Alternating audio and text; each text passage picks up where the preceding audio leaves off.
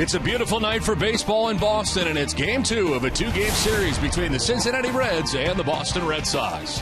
Welcome inside the broadcast booth, everybody. I'm Don Orsillo, along with Jerry Remy. Welcome to Red Sox baseball. Well, last night the Red Sox secured a victory in game 1, and they did it with walk-off style, and last night it was Grady Sizemore who was the hero. Well, Don, probably the best game that Grady Sizemore has played in a Red Sox uniform, and he had a tremendous night last night, getting 3 hits, pulling the ball, using the whole field, and, of course, the game winner later on in the ball game, very late in the ball game, where he goes to the opposite field between left and center field and brings in that game-winning run. Everybody get a chance to celebrate at home plate. And Sizemore has been hot recently. Over the last 7 games for the Boston Red Sox, hitting .320 with 3 doubles and 6 RBIs. So look at the previous 17. He was really struggling. So Sizemore now, after being out for a long, long time, is maybe getting his land feet right now and starting to, get in this position where he feels more comfortable and better things are happening for him last night. Last night was a great game for him. Red Sox trying to make it 2 in a row tonight, and they send Jake Peavy to the hill against the Reds. Peavy is 1-1 on the season with a 2.87 ERA, but 6-0 lifetime in 10 career starts against the Reds. We're back with more for Fenway right after this.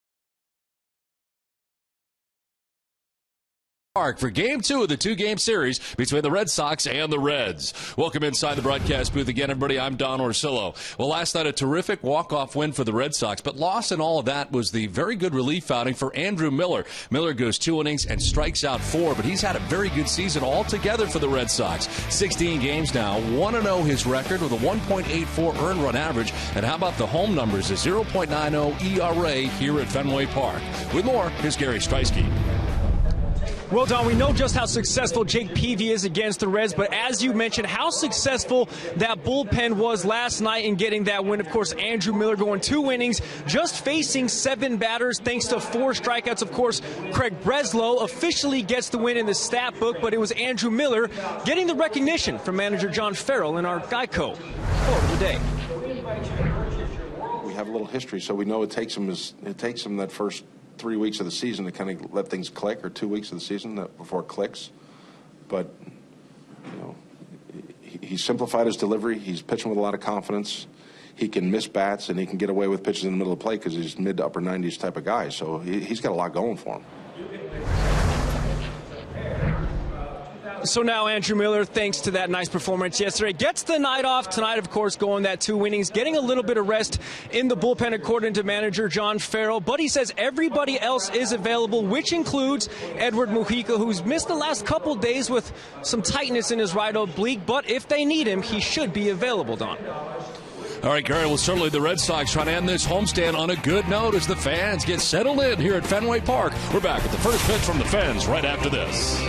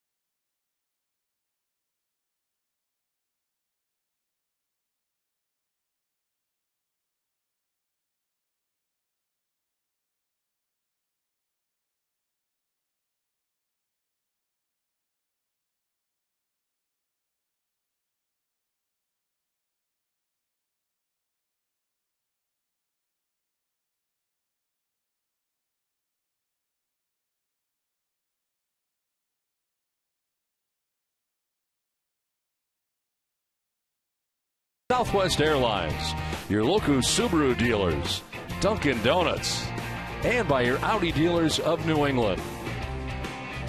Well, there's not been a lot of warm weather here at Fenway Park, but tonight is on the warm side as the Red Sox and the Cincinnati Reds wrap up this brief two-game series. Blue skies above Fenway Park, and it's 64 degrees as the breeze in from center field at 6 miles per hour as we get it started, and partly cloudy is the forecast for the remainder of the night. Now, the Red Sox with the victory last night now move to within a game of 500 as they're a game and a half back of both Baltimore and New York in the American League East, as only 2.5 games separate the last team in the AL East with the top team. Everybody kind of bunched up here early going in the season. And tonight the Red Sox will look to make it 2 in a row. Last night a terrific walk-off win here at Fenway Park. And they have Jake Peavy on the mound. We gave you his numbers against the Cincinnati Reds, 6-0 in his career against the Reds. And John Farrell hoping to end this homestand on a good note. And Jerry, as you mentioned, kind of off the top, everybody hopes the momentum from a walk-off win is good enough to carry you in today. But quite frankly, it's all up to what the starting pitcher gives you the next day. Exactly right, Don. You know, it's exciting when it happens, and it's exciting at home plate, it's exciting in the clubhouse, and it gives you a good feeling because you know you're in a tight ball game, you go into extra innings, you pull that game out. I mean, it's something the Red Sox have not done a lot of this season, so it's a tremendous feeling to do that. But, again, now you come back the next day, and it depends how Leake pitches tonight, whether he can carry that momentum into another game. Mike Leake on the mound tonight for the Reds, 2-3 on the season with a 3.53 earned run average, and the Red Sox will try to deal with him as Brian Price's team comes in third in the NL Central as they are 6 games back of the Milwaukee Brewers, who are right now on top of the Central with 22 victories, with the Cardinals between the Brewers and the Reds. Now making his way in is Mike Leake right now after his final warm-up tosses for the Reds. And the Red Sox wrapping up this homestand tonight. They will head for Texas after the ball game tonight and, of course, begin a weekend series coming up here against the Texas Rangers. The Red Sox will have Thursday off before taking on the Rangers over the weekend, and then it's on to Minnesota as part of this next road trip for Boston. So look at the off days in between. The off day tomorrow, and then the 3-gamer against Texas with an off day Monday in Minnesota, and then the 3 games against the Twins before the Red Sox come back here to take on the Tigers and the Blue Jays. Now the Red Sox take the field tonight, and as they do, let's check out the visiting Cincinnati Reds starting 9. Skip Schumacher in center field leading it off tonight. Little change in the lineup for the Reds. Joey Votto still in that number 2 spot where he has been lately and successfully. He's at first base with Brandon Phillips at second base batting third. Todd Frazier is at third base with Brian Pena doing the catching. Ryan Ludwig is the DH. Roger Bernardina in right field bats 7th. Chris Heise in left field 8th. Zach Cozart is at shortstop. He bats 9th. Well, tonight's Red Sox starting pitcher is presented by your New England Audi dealers. Experience the all-new 2015 Audi A3 today. Jake Peavy making his 7th start of the year, 1-1 with a 2.87 earned run average, 36 strikeouts to 21 walks, and opponents hitting at .216 against Jake Peavy. His interleague numbers are 20-12 in 38 interleague starts, and again 6-0 against the Cincinnati Reds over the course of his career. He has pitched in 245 2/3 innings in interleague and has racked up 217 Ks. Now the Red Sox defense is brought to you by Southwest Airlines. They are 10th in the American League with 25 errors in 33 games. Will Middlebrooks will be at third base. Jonathan Herrera gets a start at shortstop. Dustin Pedroia at second, and Mike Napoli, the first baseman. Left to right, Grady Sizemore, Jackie Bradley Jr., and Shane Victorino. And A.J. Brzezinski doing the catching for Jake Peavy. Umpire and crew, the crew chief, Brian Gorman, has a plate tonight calling the balls and strikes with Jim Wolf at first base, David Rackley at second base, and Bill Welke had the plate last night at third. This game is available in Spanish. The SAP function is brought to you by the new Captain Morgan White Rum. Buenas noches, amigos. Now the crowd settling in here to Fenway Park for Game 2 of this 2-game series between the Red Sox and Reds. 2 games here against the Reds, and the Red Sox will visit Great American Ballpark in Cincinnati later on this summer. First pitch of the ball game is in there for strike 1, and we're underway. Skip Schumacher and leading it off for the Reds back in center field again tonight, and 2 for 10 so far in the season after being activated from the DL. Talked about it last night. This Reds team pretty banged up. They've had to use the disabled list 11 times already this year and currently have 8 guys on the DL. And same type of defense against Schumacher as last night, shallow and playing him to the opposite field. In the air to center field, Jackie Bradley Jr. positioned perfectly out there, and he makes the grab. Now, baseball is back in season, so gather 20 or more of your friends, family, and coworkers for a group outing at Fenway and secure exclusive access to seats. Call 877-RED SOX 9 or visit redsox.com/groups for more information. Now, sunshine out there in the bleachers. One down in the inning for Joey Votto. Takes a strike over the outside corner. Votto moving into the 2 spot recently, and it has been successful for him. He's only Red to appear in all 33 of their games. Down 0-2. One thing Jake Peavy would like to improve on, and is not really very much because he's got the 2.87 ERA. Are the walks. He has 21 walks this year in 37 2/3 innings. That's the one area that he'd like to improve on. Good miss by a lot there. It's ball 1, 1-2. Joey Votto moving into the 2nd spot in the batting order on the 12th of April. Strike 3 call. Good start for Jake Peavy. There's the first K. 2 down. That's that 2-seam fastball from Peavy, running back over the middle of the plate and catching Joey Votto. Kaczynski set up inside. That ball runs back a little bit toward the inside part of the plate and just freezes Votto. 2 down here in the first inning for Brandon Phillips. A .283 average, 2 homers, and 7 runs batted in. 5-game hitting streak coming into tonight's action.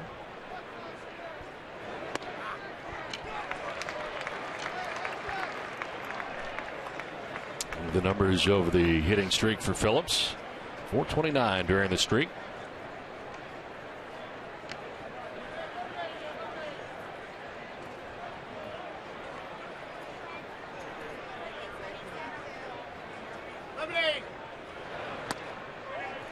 Too far inside, 1-1.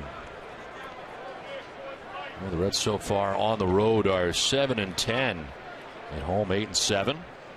And 2 games under 500 as a team, 15-17. But of course, for Brian Price in his first year, with all the injuries, you're going to be pretty happy where they are at this stage to be around 500. Swing and a miss. Good pitch, and it's 1-2. Yeah, first slider of the night for Peavy, and a very good one. Keeps it away from Brandon Phillips. Gets the swing and miss.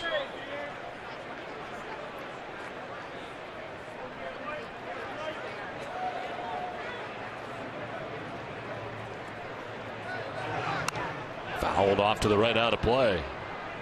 Well, fans, you can test your Red Sox IQ right now with the MLB Preplay mobile app. Download for free and start predicting every at-bat of every Red Sox game all year. Tonight, Preplay predicts Jake Peavy will go 6 2/3, will have 5 hits, 2 runs, 2 walks, and have 6 strikeouts along the way.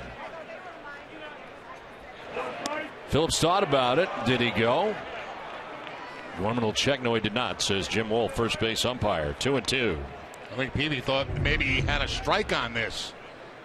Certainly not a swing by Phillips, but the pitch not that far off the plate.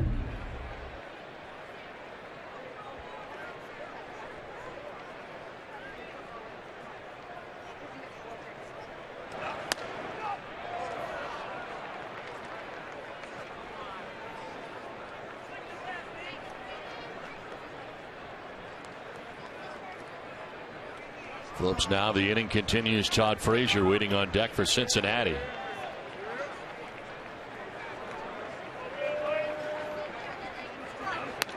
Yanks it outside for ball 4, and down to first goes Phillips. First base runner for the Reds of the night. Now, coming in June, a brand new show on NESN. NESN Live, your pregame to the pregame show. Monday through Friday, join Elle Duncan and Sarah Davis. Look out in June for NESN Live.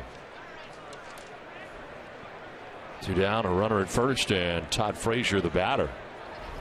.265 average, 5 homers, and 19 runs batted in.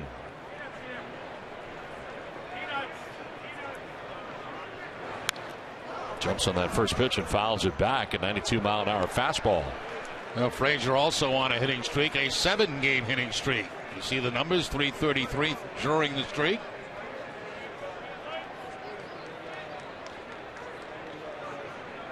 Leads the team in home runs, has 5 on the year, and is in the cleanup spot for the Reds.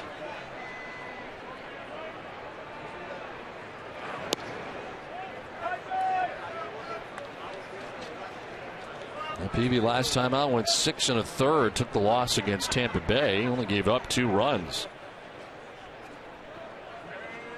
Ended a 4-game winning streak despite giving up the 2 runs.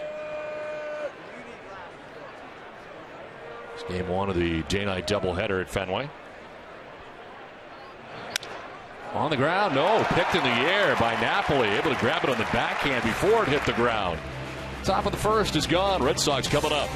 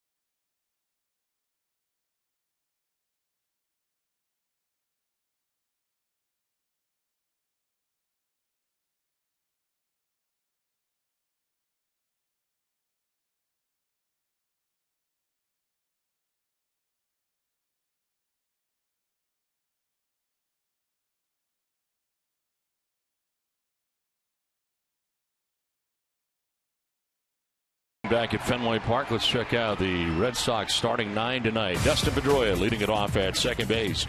Shane Victorino in right field with David Ortiz, the DH. Mike Napoli at first base in the cleanup spot with Grady Sizemore in left. A.J. Pierzynski doing the catching with Jackie Bradley Jr. in center field. Will Middlebrooks at third base bats 8th. And Jonathan Herrera getting the start with Xander Bogaerts getting the beginning of the game off.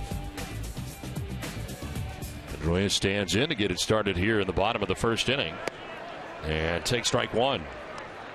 Mike Leake on the mound tonight for Cincinnati, his 7th start of the year, 2-3 with a 3.53 earned run average, 25 strikeouts, and opponents hitting at .233 against Leake. First time he has ever faced the Boston Red Sox. Only hitters he's faced: Pierzynski, Sizemore, and Victorino. Pedroia 3 for 5 in last night's game. The average at .287. He'll foul it straight back. Let's take a look at our Chevy key player. Last night, Pedroia recorded his 300th career double. He is the 6th fastest player to reach that mark in the last 100 years. Joe Medwick, Hank Greenberg, Al Simmons, Todd Helton, and Nomar Garciaparra.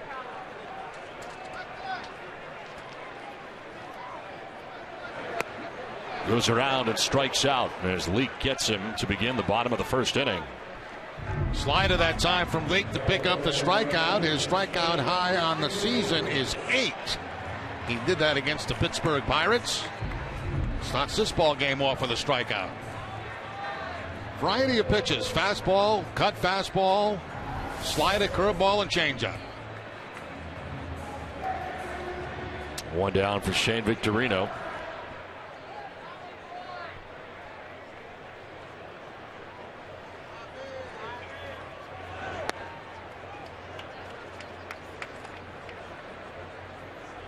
Victorino 1 for 5 in last night's game. Also had a stolen base. On the outside corner, a ball and a strike now to Victorino.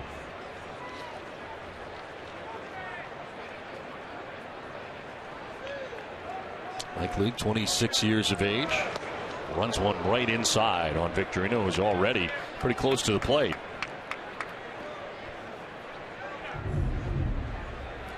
It's like a two-seam fastball that time, running in on Victorino, chasing his knees. To left field and a base hit right in front of Chris Heisey. Shane Victorino has got a base hit with one down here in the bottom of the first inning. Let's look at the Reds defense right now. They are the best in the National League with 12 errors in 32 games. Todd Frazier at third base, Zach Kozar at the shortstop, Brandon Phillips at second, Joey Votto the first baseman. Left to right, Chris Heisey, Skip Schumacher, and Roger Bernardina. And Brian Pena doing the catching for Leake. Case right there by Chris Heisey in left field, playing very deep as the Reds do is in outfield, and he's playing in left where most left fielders do. He might have been able to make that catch out there in left and rob Victorino of a base hit. They're backed up again. Deep in straight away on David Ortiz as he stands in. And he'll send it into right center field. A base hit for Big Papi. Victorino's headed for third. Bernardina gets it to third base. And in there safely is Victorino. No advance for Ortiz, remains at first. Back-to-back base hits for Boston. That's interesting. You know, Ortiz has never faced Leake. First pitch he sees, he swings at. A sinking fastball and shoots it to right field for the base hit. Victorino with no problem reading that and going first to third.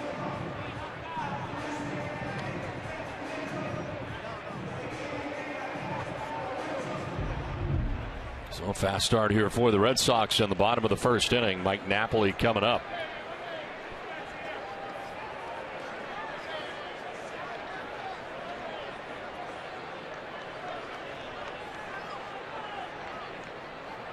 Napoli 1 for 4 in the game last night. Walked a couple of times. And extended his career high on base streak. 27 straight games. Dates back to April the 4th that he has reached base. It's the third longest active streak in the majors, behind Jose Bautista, who's got 31 games, and Josh Donaldson, who has 28.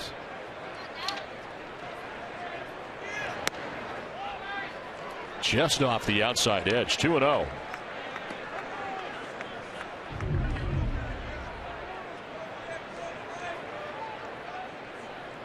First two pitches almost in an identical spot, just a little bit off the outside corner.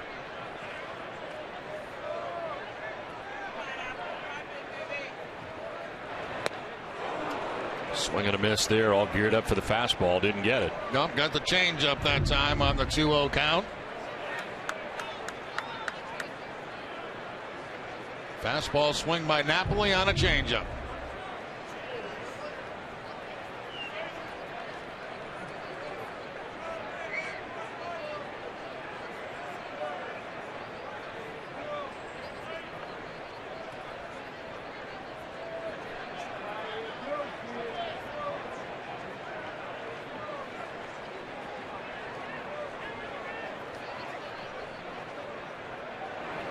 Napoli hits it on the ground is short. Kozar will go to second for one, on to first for two. Leake gets the double play and gets out of the first inning. We'll check out the best of Boston when we come back to Fenway.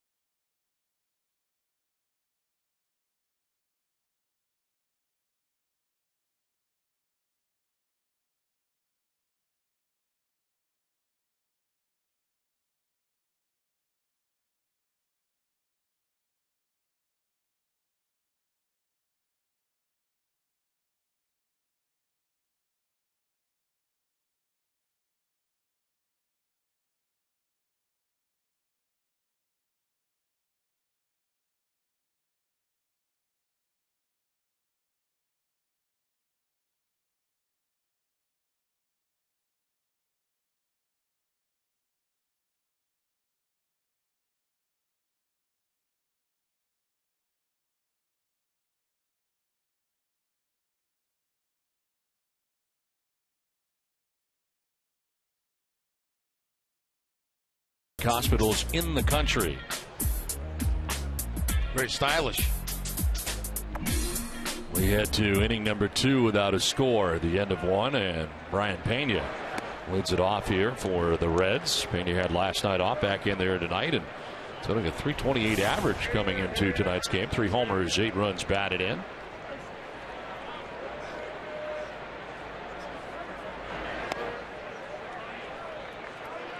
Sits safely in 6 of the last 7 games.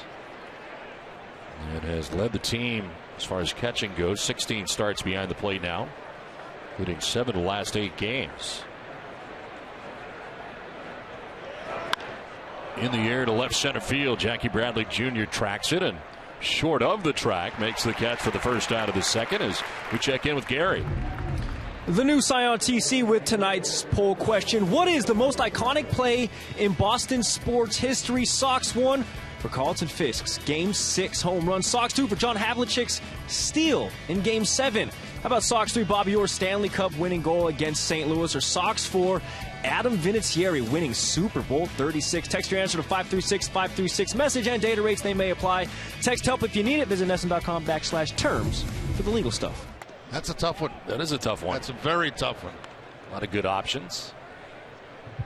And you mentioned last night the Carlton Fisk home run only won them Game 6 and not the series. See, Bruin fans are kicking in very early with Bobby Orr's goal.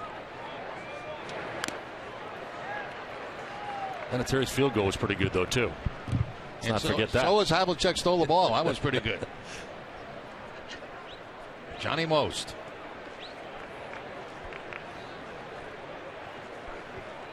One down here in the second inning. Ryan Ludwig, the DH. And a swing and a miss. It's been a good pitch so far for Peavy, and it's 1-2. Struck out a batter, walked a batter in the first inning. There's the first out here of inning number 2. Wants a new baseball and gets it. Actually, Brian Gorman wanted to check the baseball, so he's doing right now. He gives it back.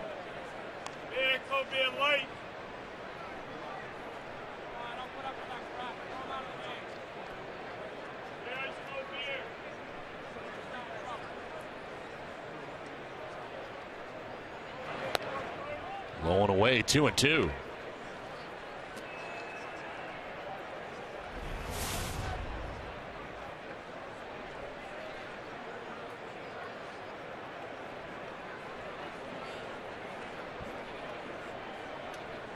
Fifth pitch. He is off the end of the bat foul. Still 2-2.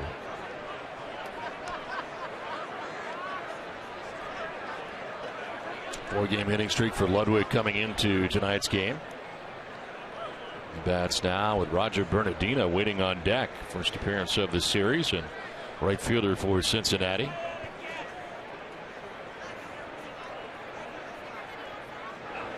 Look out. Ludwig somehow got out of the way of that pitch.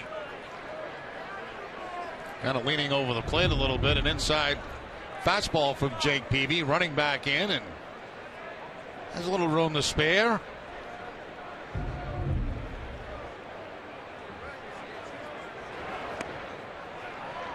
Down low for ball 4. Second walk given up by Peavy.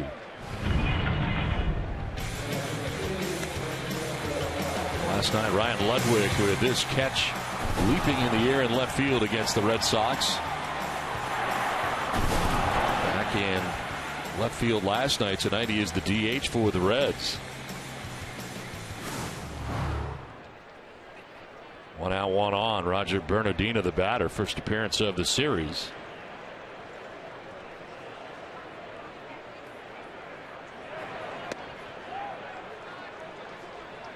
Bernardino at one point had been designated for assignment last week when they activated Skip Schumacher. Rejoined the team after outfielder Jay Bruce was put on the DL. He started the year with Cincinnati on the roster. Peavy fires to first, and Ludwig back to the bag. And Ludwig does not have a steal yet on the season, has not attempted one.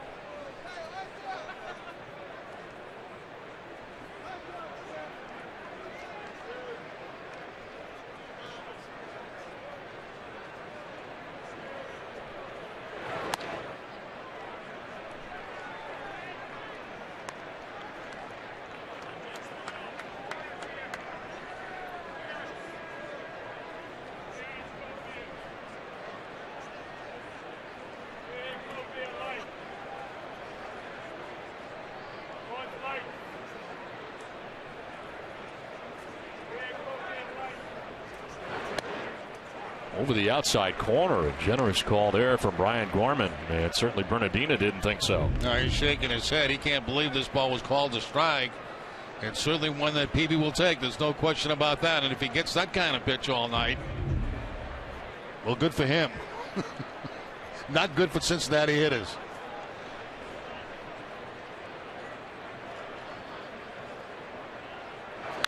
On the ground and picked at first by Napoli. He's going to try to turn it into two. It's a tag play, and it is. Nicely done. Mike Napoli at first base gets it done. Inning and a half done. No score.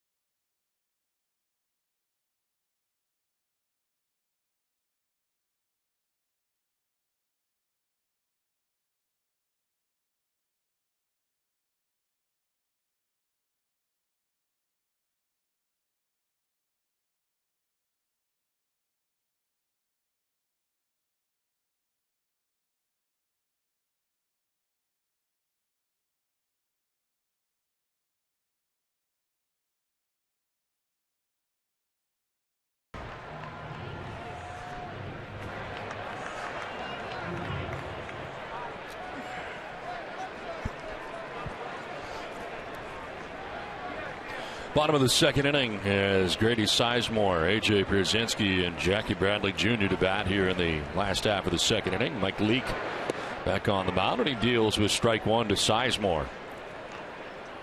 Grady with a big hit last night.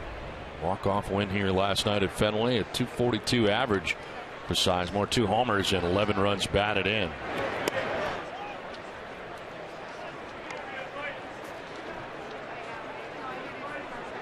Fourth walk-off hit of his career last night. Came in the 12th inning to beat the Cincinnati Reds. Nice defense to end last inning. Great play by Napoli. Coming off the bag, then comes back to get the ground ball. Tags the bag. It becomes a tag play at second base. What quick reactions by Mike Napoli at first base.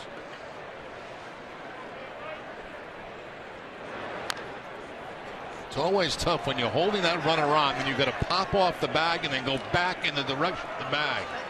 And Napoli did it beautifully on that play.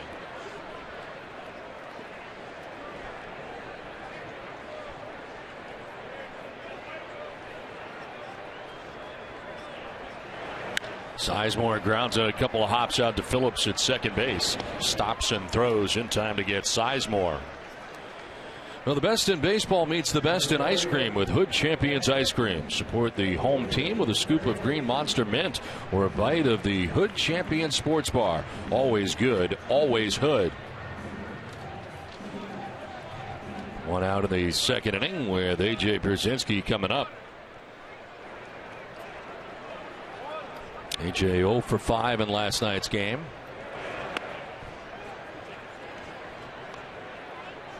His third home run of the year on Sunday. Broke a streak of 168 at bats at Fenway Park in the regular season without a home run. Ground ball hit to first. Votto will need Leake, who covers the bag. And there are 2 outs here in the second inning.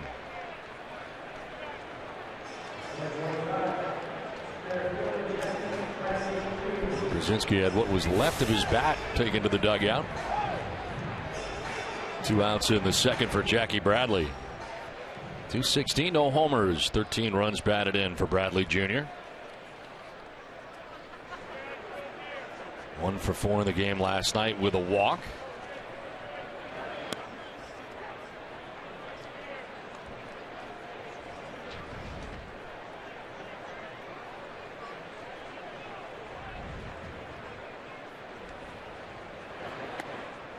Over the outside corner that time, and it's 0-2. Wow. Coleman's calling some strikes, isn't he? Especially on that outside corner. Yeah. On the ground to second base, Brandon Phillips plays the high hop, and retired is Bradley Jr., and so are the Red Sox in order.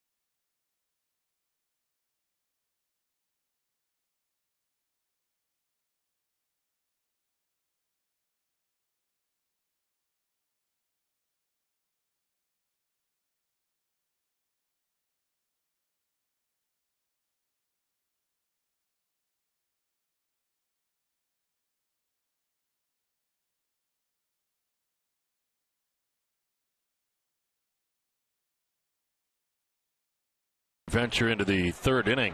It is 8-9-1 for the Reds to bat. Grounder foul off the bat of Chris Heisey to begin things here in the third inning. Gulf Electricity, they're powering Fenway Park, and they can power your home too. Visit gulfelectricity.com today. Chris Heisey at 246 with a home run, 6 runs batted in. In the air to left field, struck well. It's going to grab some wall, and about halfway up it as Sizemore plays the carom. Heisey headed for second base. He'll get there on the slide. Leadoff double to begin things in the third. The first hit of the night for Cincinnati. Mislocation that time by Peavy. He wanted to set up outside. You can see Brzezinski outside, except that fastball stays inside. And off that left field wall and hard. Grady Sizemore tracking it down, gets it into second base. But the leadoff double. Now the bunt bid by Kozar down the third baseline, picked by Middlebrooks, and the throw is in time. And on to third base goes Heisey. Middlebrooks decided to play it. Didn't look like it was going to go foul, so he picks and throws and gets Kozar at first base. A little small ball he hit early in the ball game, going with the sacrifice with the man at second base. Middlebrooks hugging that line right on the grass, picks it up and throws him out. But they get the man at third base. Infield comes in for the Red Sox this early in the ball game with 1 out.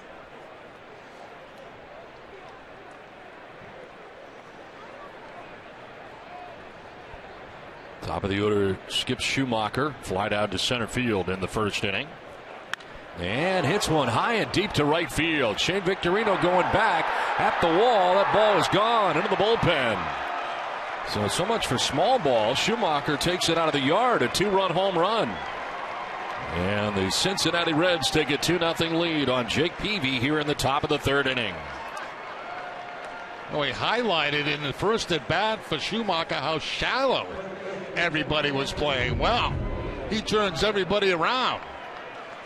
Hits that ball down and in and takes it out to the bullpen area of the Cincinnati Reds. See where Victorino was playing. I think everybody's shocked at that. Now Joey Votto takes strike one. He struck out looking in the first inning, 0 for 1. That is the 7th home run given up by Jake Peavy on the season.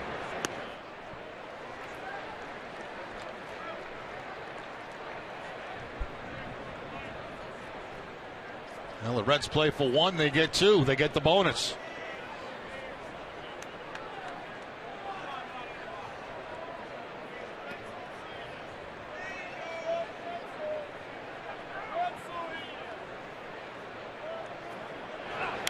Otto fouls it off. Well, tonight's twisted but true fact of the game is despite a 1-3 start in the 2014 interleague slate, Red Sox have the most wins and best record among all major league teams in interleague play since the start of 2003. Twisted Tea Hard Iced Tea, the refreshing hard iced tea that tastes like real iced tea. Be a little twisted.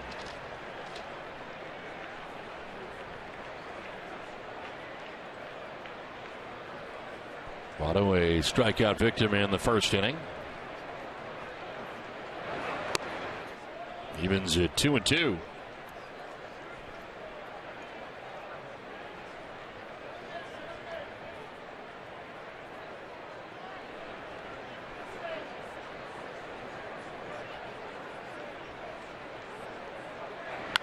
On the ground is second baseman Dustin Pedroia down to one knee. Throws out Votto, and there are 2 outs here in the inning.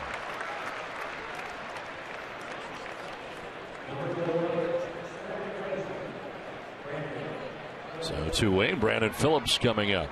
He's got one of the 2 walks given up by Jake Peavy so far.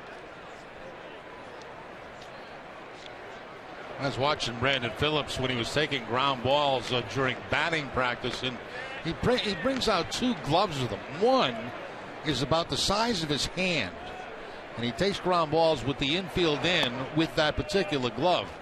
I remember Joe Morgan using a very small glove like that to practice with, and it's just strictly for your hands, to get your hands. You're not using the webbing of the glove or anything like that. And then when he goes back to take his regular ground balls, and he switches to his game glove for that. But some of the things infielders do to try to help their hands, the quickness in their hands, make sure they're not relying too much on the webbing of their glove. He was a 3-time National League All-Star. 2011, the last time he was an All-Star. 4 Gold Glove awards at second base. One shy of Joe Morgan's club record for a second baseman. Fights this one off foul. It's headed right at him.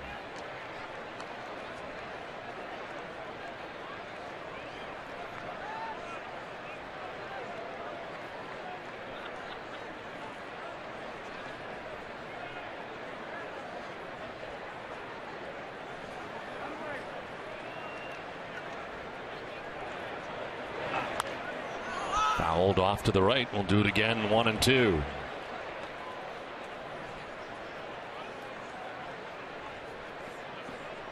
Brandon Phillips, who was the Gold Glove Award winner at second base in the National League. You had Dustin Pedroia, Gold Glove Award winner in the American League.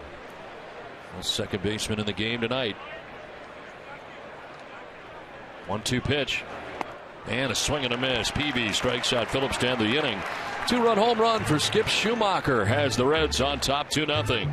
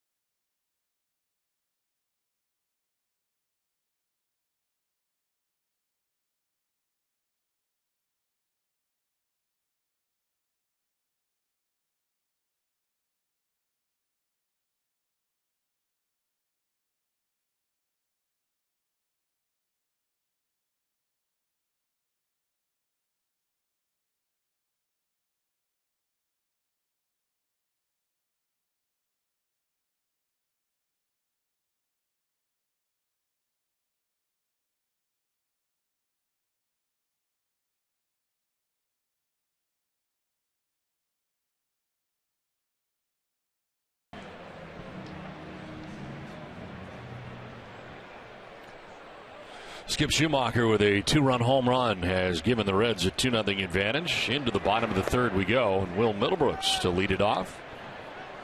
Middlebrooks 208 to start the night. 2 homers and 5 runs batted in.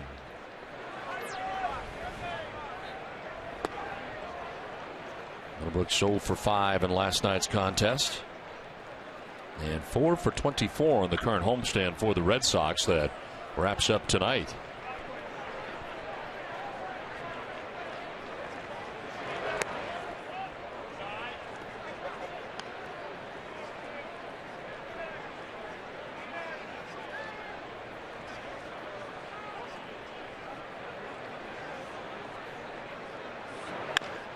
Chopped to short. Kozar to his left.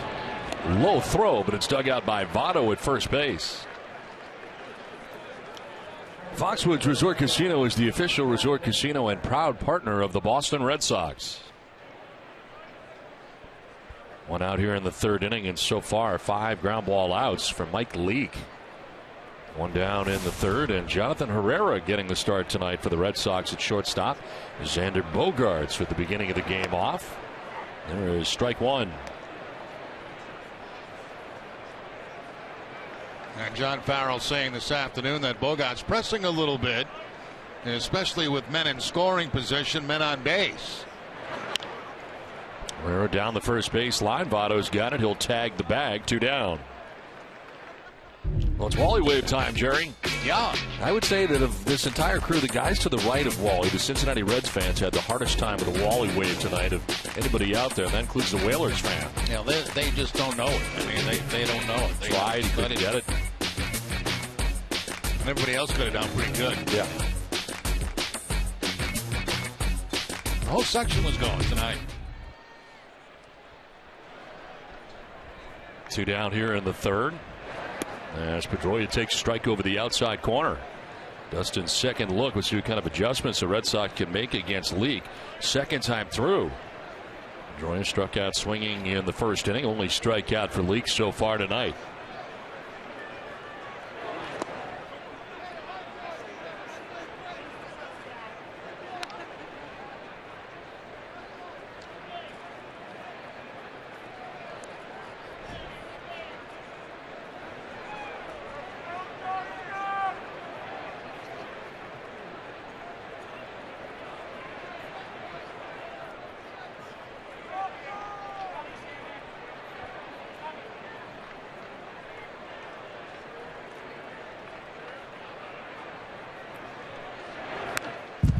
Back 1-2. Well, tomorrow night the Bruins continue their quest for the Cup. Game 4 is at the Bell Center in Montreal, and NESN is still your official home for 1-hour pre- and post-game coverage throughout the series with unlimited highlights, interviews, and analysis. Face Off Live begins tomorrow night at 6:30 on NESN.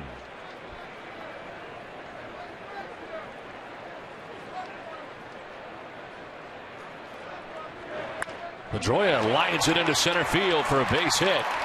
Schumacher plays it, gets it back in, but it's a 2-out single for Dustin Pedroia. 3rd hit of the night for Boston. And a 5-game hitting streak now for Pedroia. Quickly got down in the count, but then gets a pitch he can handle. Looks like a rolling curveball that time from Leake. And Pedroia takes it to center field for the base hit.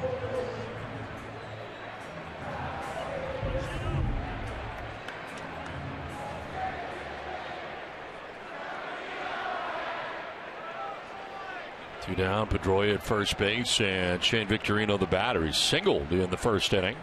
He's got one of the 3 Red Sox hits.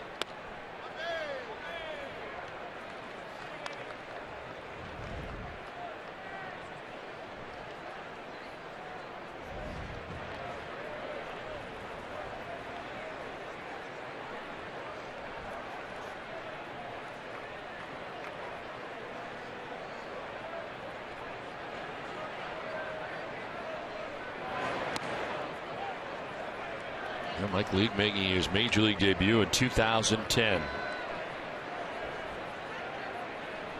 8-4 that year with Cincinnati.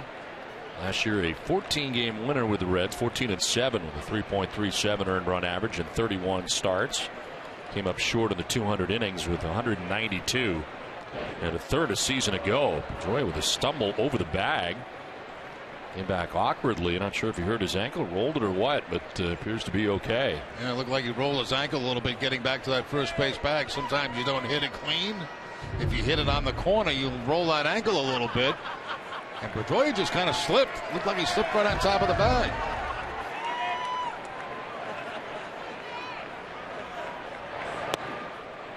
It was a strike, 2-1. Make a first-round draft choice, 8th overall, 2009, and his career in interleague leads, 208 opponent batting average. David Cone, 172 in his career.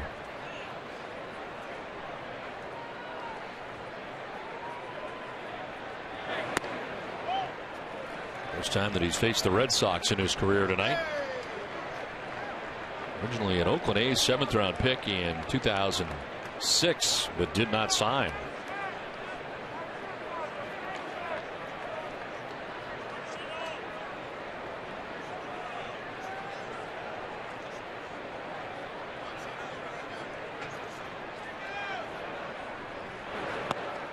Strike call, Victorino. Surprise. Brian Gorman said it was a strike. It looked like it was a pretty good pitch. Yeah, it looked like it was. Victorino thought it might have been high, but it does look like it catches the top of the strike zone.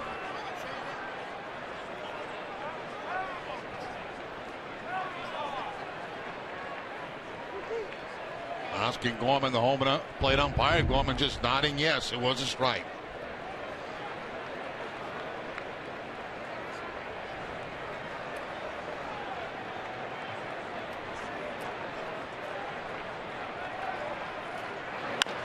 Chopped left side. Cozart plays the high hop and throws in time to get Victorino. 2-0 Reds.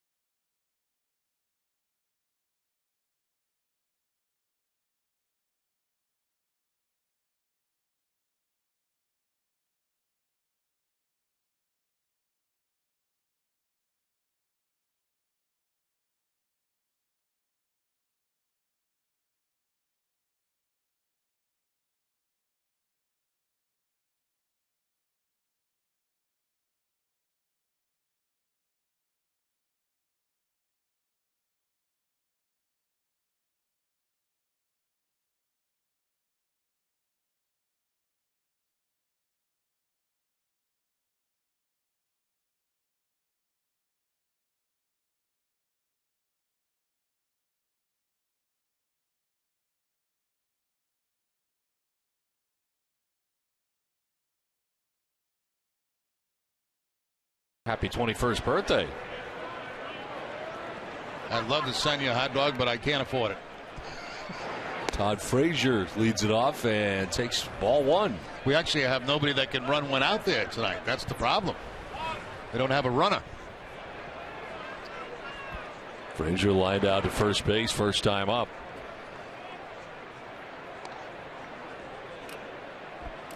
Frazier, Pena, and Ludwig to bat here in the 4th inning. He was given up just 2 hits, but one was a long one. Skip Schumacher in the 3rd. As that breaking ball snapped off in there for a strike. Frazier didn't think so as he looked back at Brian Gorman.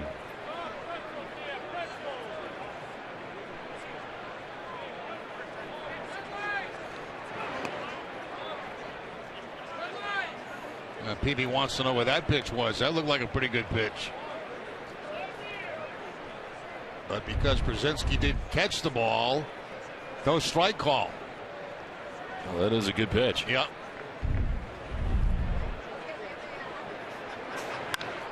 In the air to left center field, struck pretty well. Back goes Jackie Bradley Jr. onto the warning track in front of the wall to make the catch.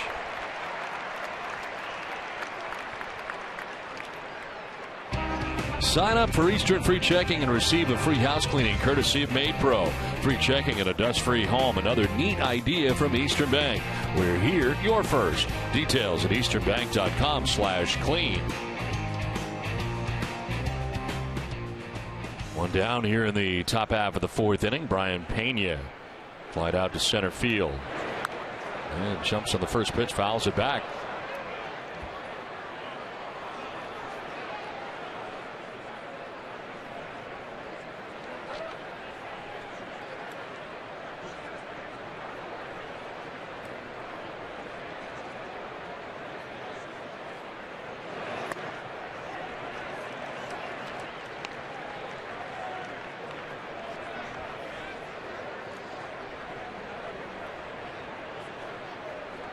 So Brian Pena in the past with Kansas City, 4 years with the Royals, working at the big leagues with Atlanta. As he takes that pitch down and away, 1-2. Pena last year a member of the Detroit Tigers with the Reds for the first time now. Signed a 2-year deal with Cincinnati during the offseason. Swing and a miss, and Jake Peavy picks up his third strikeout of the night. 2 down. 3 strikeouts, 2 of them coming on fastballs. One to Joey Votto back in the first inning. This one to Pena. The other strikeout was on a cut fastball from Jake Peavy. 2 down for Ryan Ludwig. He walked in the second inning, one of 2 walks given up tonight by Jake Peavy. Ludwig now 35 years of age.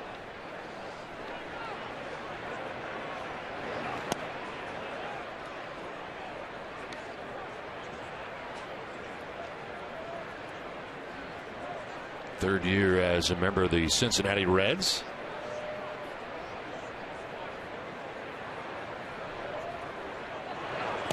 Now kind of yanked down and away. 2-0. Mentioned off the top, very good numbers for Jake Peavy against the Reds. 6-0, 2.14 earned run average, 10 career starts against Cincinnati, including 2 complete game performances. Good slider by Peavy on a 2-0 count. Ludwig expecting a fastball, did not get it, got the slider, and an uncomfortable swing.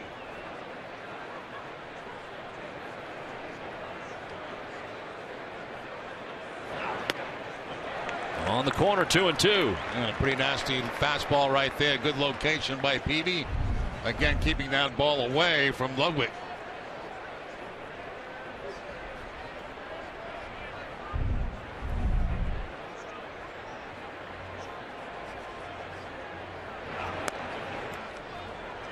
Now for Peavy, his lowest earned run average against any National League club.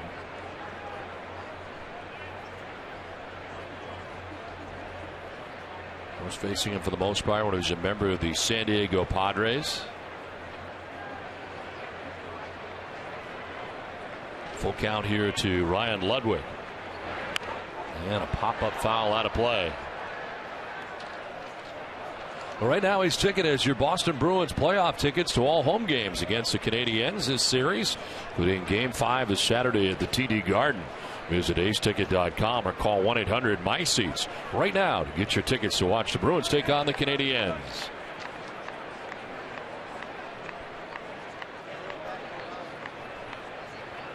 Swing and a miss, and Peavy with back-to-back strikeouts, 4 in all.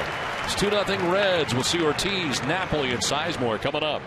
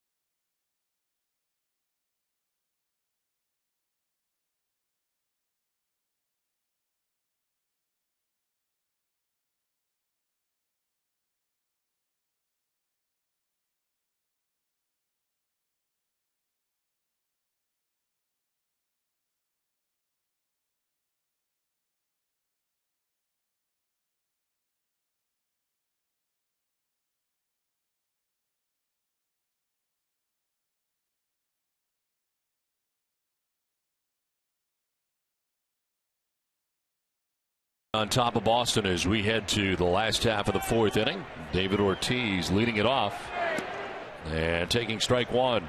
Poppy with a single to right field in the first inning. One of the 3 Red Sox hits on the night. Reds into the shift on the right side with Brandon Phillips in short right field.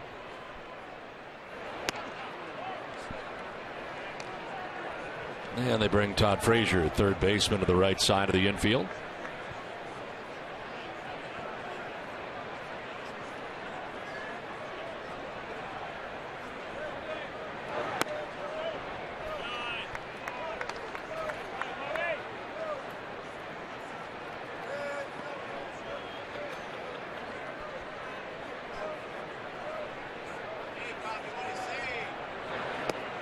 In there for strike 2, 2-2, right at the bottom of the strike zone that time. A good pitch that time by League. It was a changeup. Then he throws to Ortiz, and right about knee high.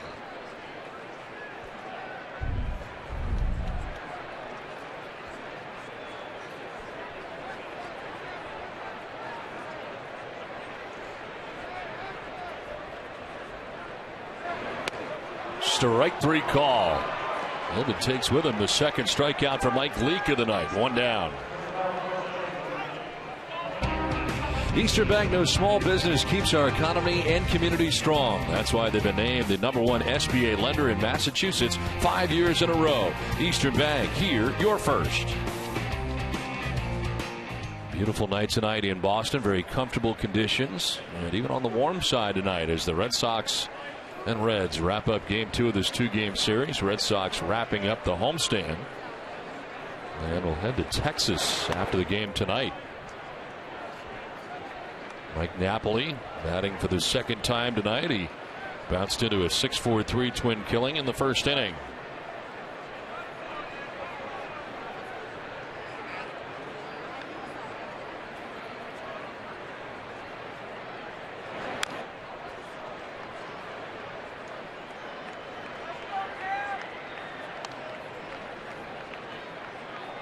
Going to love the pace of both these pitches tonight. Jake Peavy for the Red Sox and Leake. Mike Leake for Cincinnati. Both get the ball, get on the rubber, and throw it.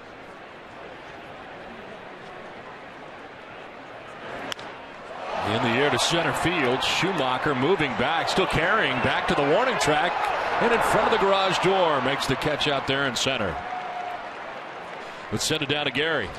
So, guys, Grady Sizemore's first walk-off hit in over 7 years came last night. I talked to him before the game, and he was pretty much saying that was a culmination of his journey back into the bigs, and it comes along with a ton of irony. The Sox have only walked off against the Reds twice last night, and in Game 6 of the '75 World Series, of course, the Carlton Fisk home run, which came in the bottom of the 12th inning. Of course, last night, Sizemore walking off in the bottom of the 12th inning, and it doesn't stop there, of course. Yesterday wasn't Game 6 of the World Series, but it was May 6th. Sizemore said Fisk's was a whole heck of a lot more dramatic, but still a pretty cool moment, and that's where the irony ends, guys. Well, he's first for Grady Sizemore, certainly after being away from the game for 2 years. A lot of different hurdles to get to this point, and I guess first to his spring training, then was beginning the year not on the DL, and then every step along the way, and right now seems to be getting his, what did you say? Earth feet underneath him? I said it wrong. His sea feet. I meant his sea legs. He's getting his sea feet. Ball to strike here to Grady. And a ground ball to second base. Brandon Phillips to first for the out that ends the inning. Sox down in order. 2-0 Reds through 4.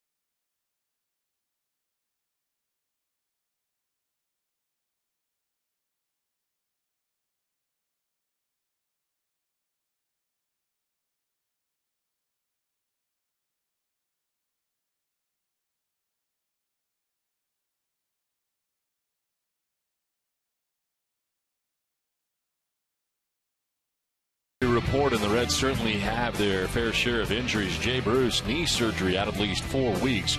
That just happened. Aroldis Chapman with facial fractures. He is in rehabbing right now in Louisville and making his way back with the Reds. And Matt Latos, knee surgery last year. Reds have had their share of DL players this season. They've used the DL 11 times. 8 players currently on it right now. But all that said, they're right around the 500 mark, 15 and 17 coming into tonight's game, and they have a 2-0 advantage into the 5th. Roger Bernardina lined into a double play that ended the 2nd inning.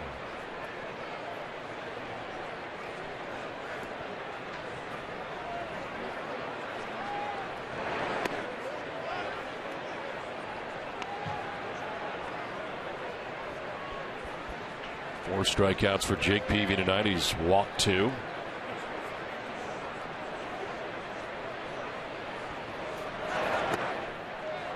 Falling behind 3-1.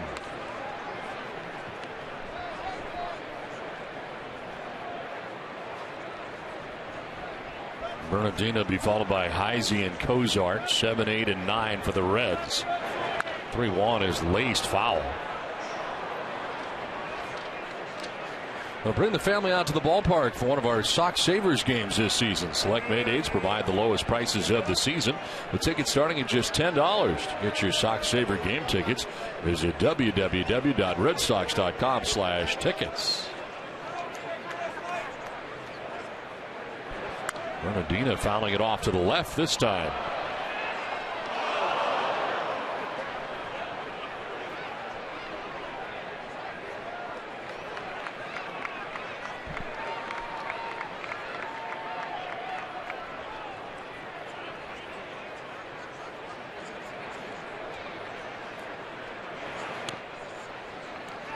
It's ball 4, and Bernardino headed down to first base. A leadoff walk, and that is the 3rd walk given up by Jake Peavy. Well, Jerry, tonight's view is from in behind the booth area and behind home plate here at Fenway Park, looking down at Yawkey Way on the highest point here at Fenway Park as they get set up for the Yawkey Way area that, of course, is blocked off here on a nightly basis. And at some point in this walking video, Jerry, we'll get to the Nesson stage down there on Yawkey Way. Oh, there it is. Yeah, there it is. Yeah, the big blue top. They had just been building it this afternoon, and we'll look from behind our booth on the other side, outside of Fenway. As Chris Heisey takes a pitch outside. Now that's how you come in every day, right? Yes. Yeah. That's a good shot from a different angle. It's kind of the calm before the storm. Yes, down the there hustle before. and bustle starts, what, about 5:30? Yes. 5 o'clock? Mm-hmm.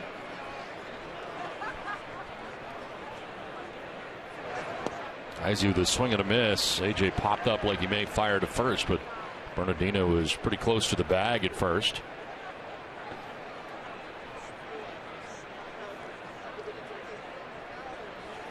Two for 2 this year, 59 of them in his career as he gains that lead again.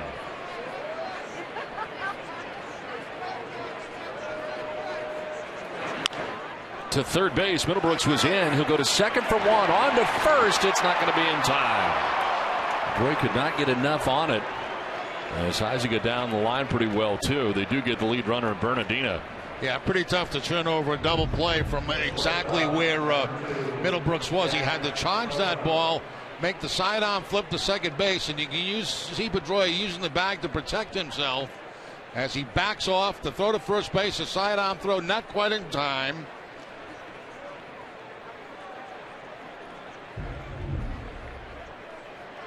So Heisey at first, Cozart the batter. Heisey takes off. There's another one to third. Middlebrooks this time will be just in time and on to first for a double play. Bang, bang at second base. And they turn another double play. 2-0 Reds.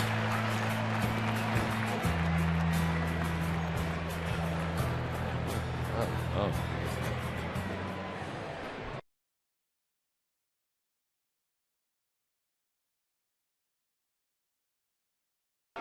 Brian Price looking into the dugout to find out whether or not he should challenge this play at second base. That was very close. And apparently not. Well, apparently not.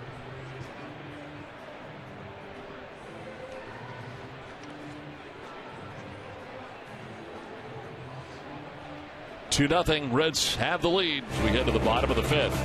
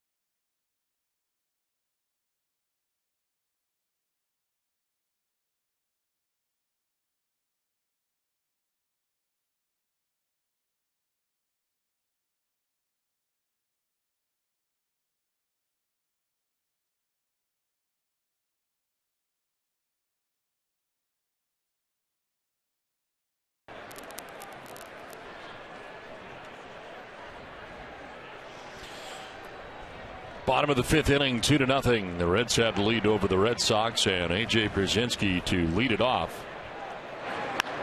He lines one to right field, in for a base hit. Now that last play of last inning, Pedroia made a fantastic play to turn this double play. Again, a similar throw from Middlebrooks, sprinting across the bag, ending up almost at shortstop and making an accurate throw to first base. I mean, that's stuff you don't practice. I mean, it just happens. And it happens on a regular basis for Pedroia. Lead runner on for the Red Sox here in the bottom of the 5th inning. Jackie Bradley Jr. takes a pitch in. Grounded out to second base in the second, 0 for 1.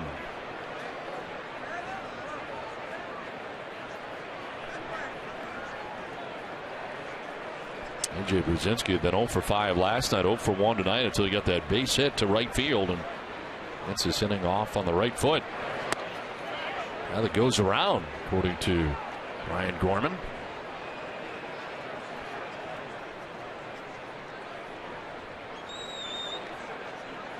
Signs going both to Brzezinski at first base and Jackie Bradley Jr. in the middle of the screen.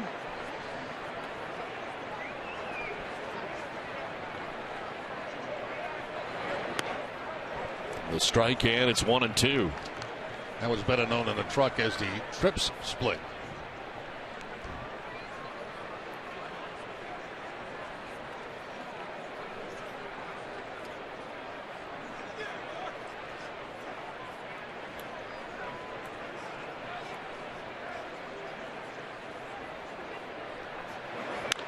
To third base, and Frazier will try to start it to second for 1. AJ fell down, but a drop there, and finally the out as Phillips dropped the ball, and falling there was AJ Brzezinski about 2/3 of the way to second base. I was wondering what happened to Brzezinski, but he just went down. Here's the throw to second base. It's going to be dropped by Brandon Phillips. He looks up surprised that nobody's there. That's because Brzezinski fell down. Just tumbled over here. I think the most surprised guy was Phillips when he looked up and he had time to go get the baseball and re-tag second. Had a long time.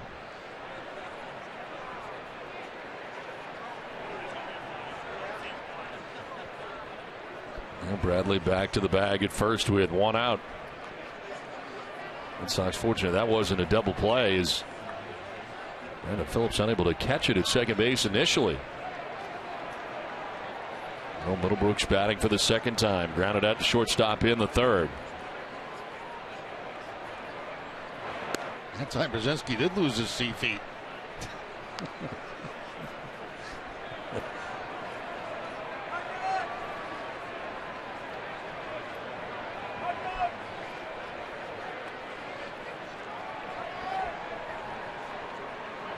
Reds a double play depth here with one out and one on.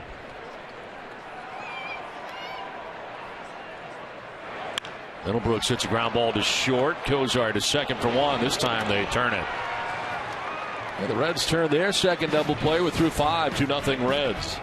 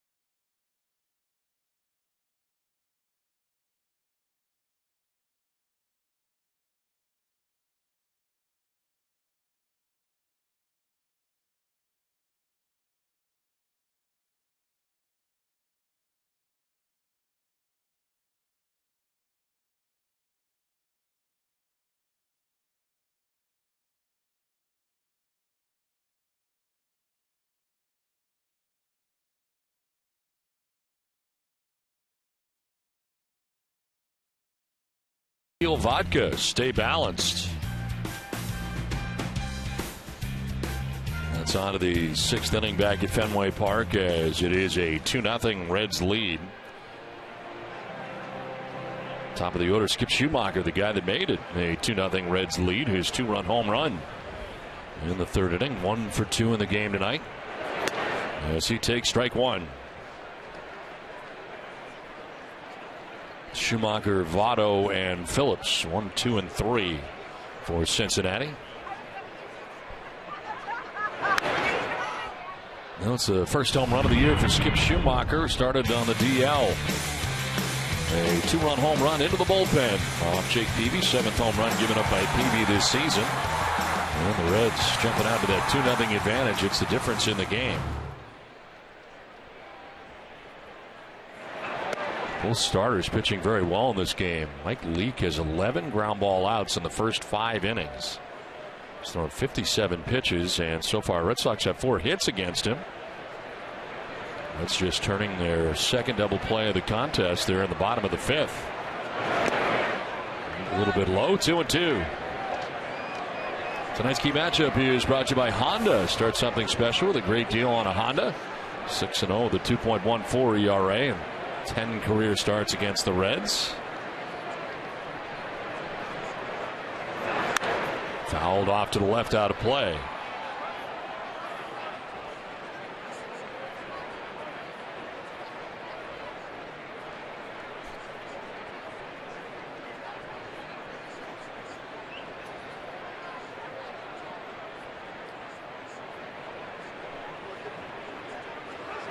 Two is outside, full count.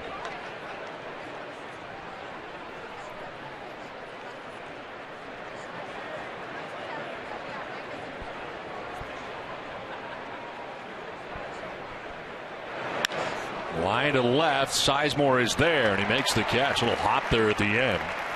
For the first out here of the 6th inning. Now the Sunday catch a special Mother's Day edition of NESN Clubhouse, where kids run the show. Grady Sizemore teaches how to block out the sun in the outfield. Fenway Jobs takes us to the grounds crew, and the search is on for the next $1 million arm. Don't miss NESN Clubhouse live and commercial-free Sunday at noon. I got an idea for NESN Clubhouse. What do you got? You know, like when a small kid gets a baseball here at the ballpark? Mm-hmm. Go interview him. See what he feels like. Great idea. You know what I mean? Put it on NESN Clubhouse on Sunday. Absolutely. I mean, imagine what's going through that kid's head. He gets a nice baseball from the game. They all have big smiles on their face. You could talk to Gary Streisky, who's the host of NESN Clubhouse. Yeah, maybe I'll make that suggestion to him if he can hear us. That Sure can. It might work. I don't know.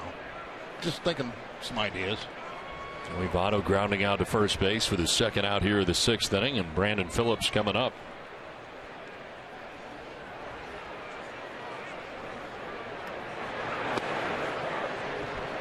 Phillips walked in the first inning, struck out swinging in the third.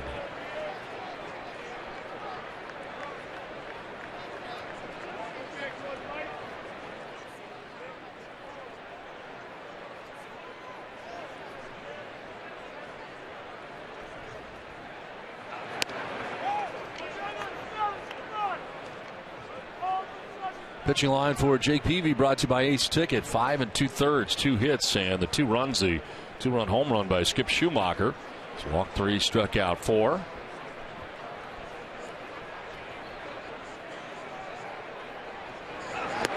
Phillips takes strike 2.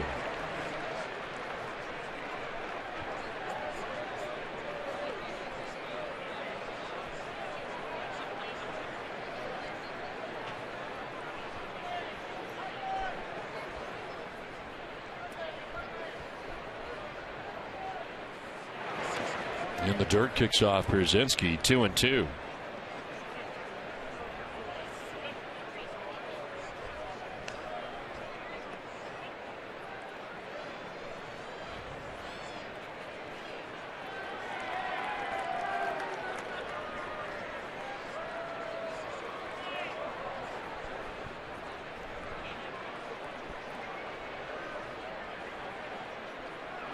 Phillips hits it on the ground at Herrera, backed up a step and makes the good, accurate throw to end the inning. 2-0 Reds. We'll get you some pop-up facts when we come back to Fenway.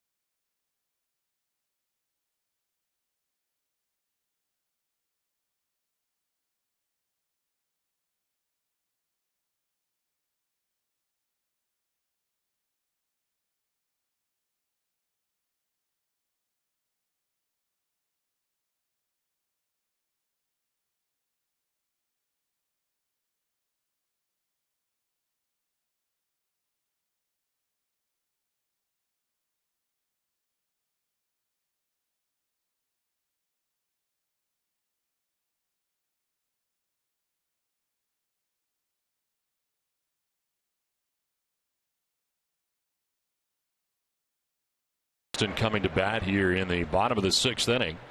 And it's Jonathan Herrera leads it off. Herrera grounded out to Joey Votto at first base in the 3rd inning. Mike Leake back on the mound here for the Reds, and he's ahead 0-2. Pitching a heck of a game so far. Everything on the corners. Mixing his pitches up very, very well. This is right back at him. Ripped into center field by Jonathan Herrera. Collects the 5th Boston hit of the game. Let's take a closer look at Friday's starting pitchers. Clay Buchholz, 6 starts, 2-2 with a 5.63 earned run average. Up against Yu Darvish for the Texas Rangers, 6 starts, 2-1 with a 2.87. This closer look is brought to you by FWM. For an even closer look, visit FWM.com. Red Sox and Texas Rangers in a 3-game weekend series. Dustin Pedroia the batter with Herrera at first base, and a foul off to the right. Well, Leake made a mistake to Herrera. He had him 0-2 and threw a pitch right down the middle.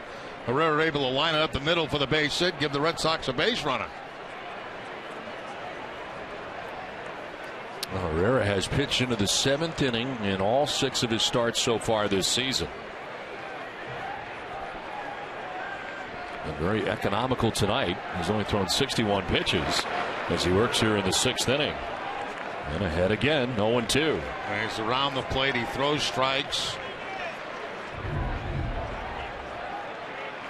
2-seam fastball that time inside to Pedroia.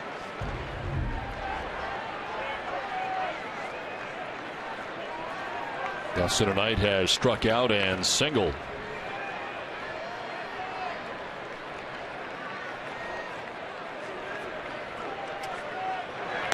And a swing and a miss. Pedroia strikes out. 3rd K for Leake. 1 down. Second time that he's got Pedroia tonight on cut fastballs. That one starting over the plate and ending up off the outside edge.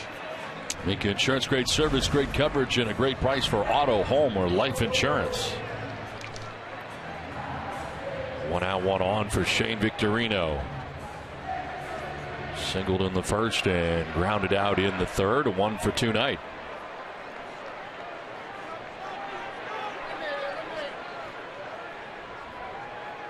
We got pop-up facts coming up during this inning. Remind me when they're done, Don, because I've got a pop-up fact that people ask me on Twitter almost all the time, and I never knew the answer to, and I found out today. Okay.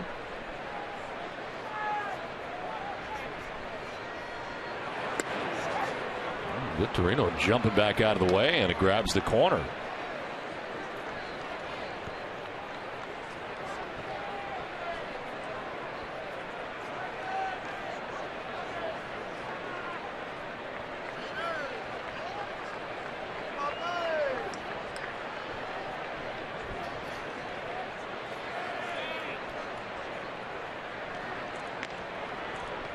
Back is Herrera at the bag at first.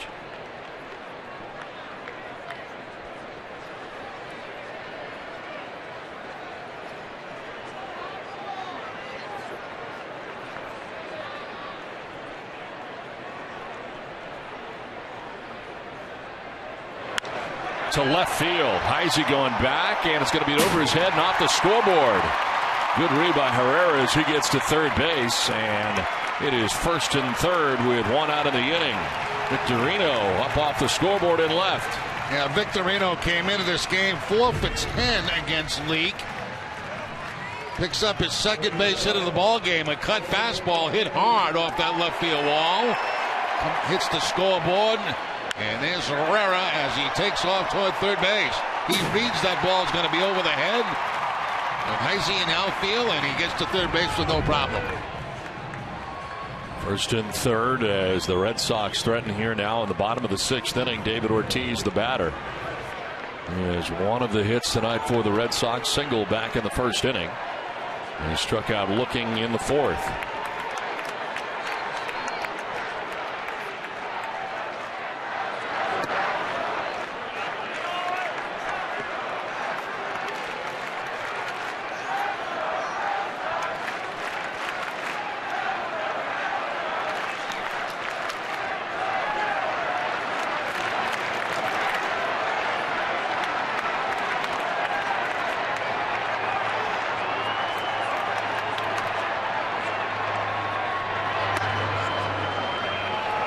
for ball 2, 2-0.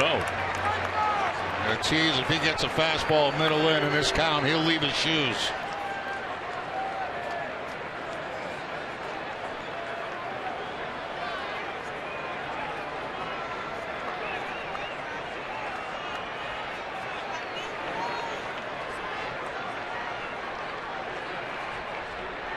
Ortiz lines it into right field for a hit. From third base comes Herrera. Victorino headed for third. He will stop there. Red Sox on the board. Second of the night for Big Papi. Drives in the Red Sox first run. Well, he got his fastball inside and had a real good swing at it. The hard line drive to right field. When a hitter gets in that count, he's especially a power hitter like Ortiz. He's looking for one pitch. That's a pitch that he can drive for a home run. That's usually middle in. That time he got the fastball middle in. Not a home run, but a base hit to drive in a run.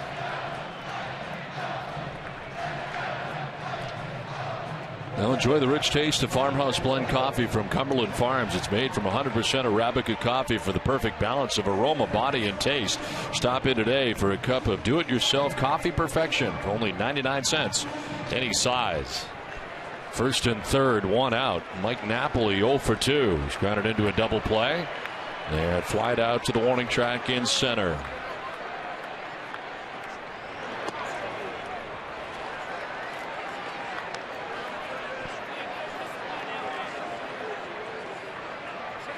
Red Sox on the board here as they finally get to leap for a run. Now looking for more.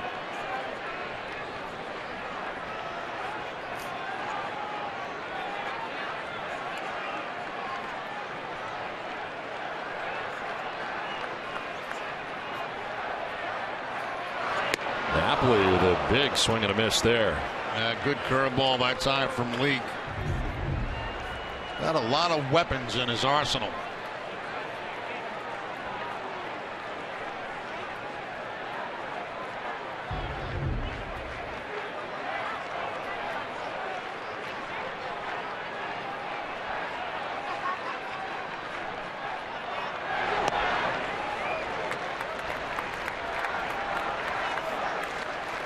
To induce another ground ball here. I mentioned 11 ground ball outs in the first 5 innings for Leake. His defense has already turned 2 double plays.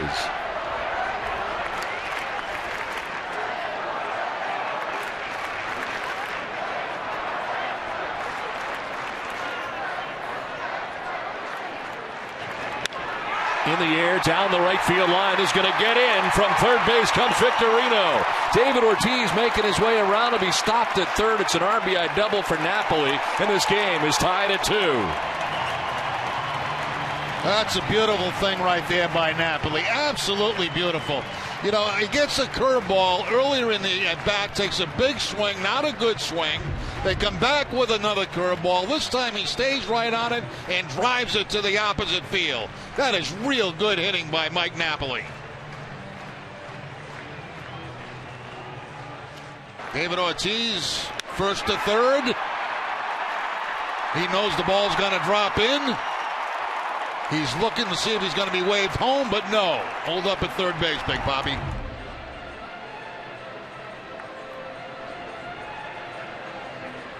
Well, Jeff Pico, the pitching coach out there for the Reds. Well, Sox fans, enter the Red Sox World Series ring raffle for your chance to win incredible Red Sox World Series ring prizes. The grand prize is 2004, 2007, and 2013 Red Sox World Series rings. To purchase raffle tickets and learn more about the second and third place prizes, go to redsox.com/ring raffle. Second and third, still one out. Red Sox score a pair. The infield in here for the Reds. About halfway now as they back up a little bit with Ortiz at third. Grady Sizemore 0 for 2. He's grounded out twice to second base.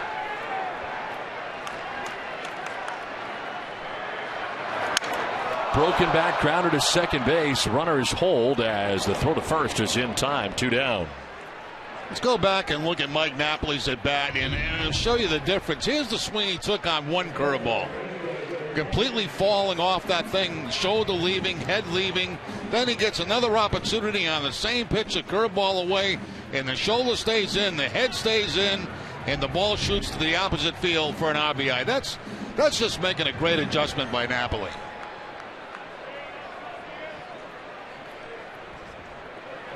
Action for the Reds right now. Right-hander up as J.J. Hoover warms. We saw him in last night's game. A.J. Brzezinski with a big opportunity here. 2 outs, runners at second and third.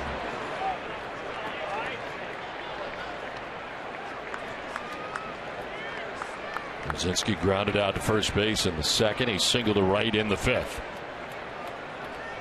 Ortiz at third, Napoli at second.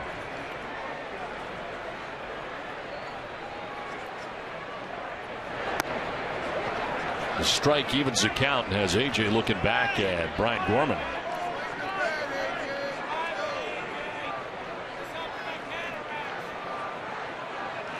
Well, Mike Leake so far 5 2/3, 8 hits. They've touched him for 2 runs so far here in the bottom of the 6th inning. He's not walked anybody and struck out 3.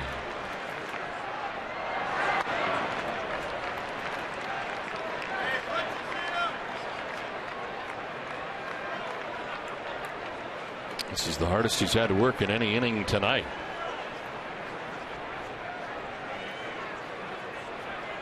This will be his 20th pitch of this, the bottom of the 6th inning.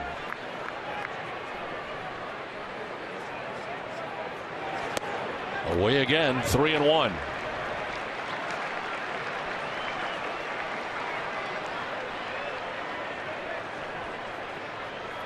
And now they'll just put Brzezinski on with first base open. So he got behind, and they will just intentionally walk him now. Wise choice. Walk the hot hitter. Take your chances with a guy that's been struggling. But what an opportunity here for Bradley. This could be a great confidence builder for him. 0 for 2 tonight. Grounded out to second base in the second. Grounded into a fielder's choice in the fifth.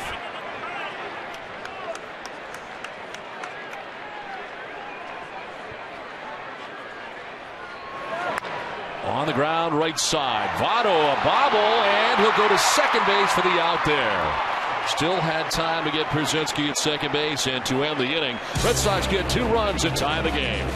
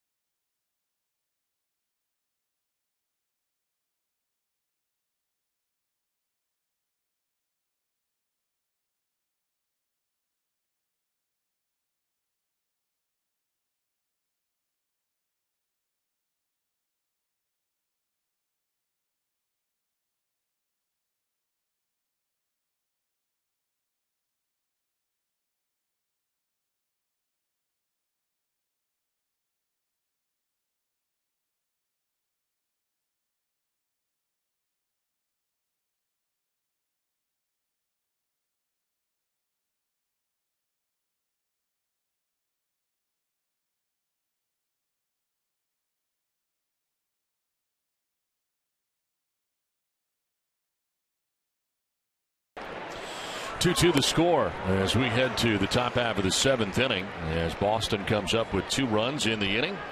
RBIs for David Ortiz and Mike Napoli. That's an 8 men to the plate and score twice. Todd Frazier 0 for 2 in the game.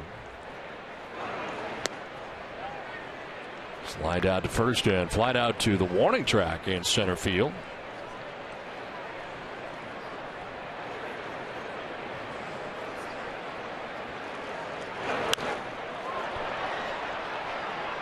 Napoli going over, but he will not have a play. Tonight's Cold Hard Facts are brought to you by Frost Brewed Coors Light, best records in the American League since April the 19th. And the Red Sox 9-7, Tigers at 12-3, Mariners at 10-6.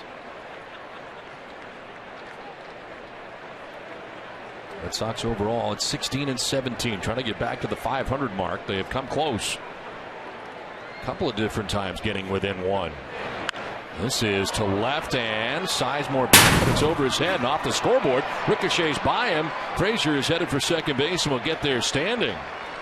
Usually don't get that kind of ricochet off the scoreboard, but that time it does get by Sizemore quickly. Yeah, that is very unusual to see the ball bounce that hot off the scoreboard.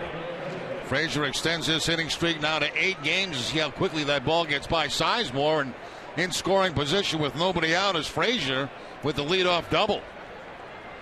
Looked like a slider he hit that time against Jake Peavy. Frazier at second base to get it started here in the 7th. Brian Pena 0 for 2.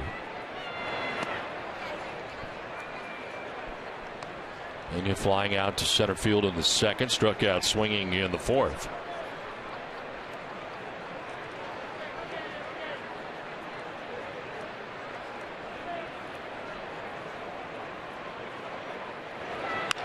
On the ground and into left field, a base hit.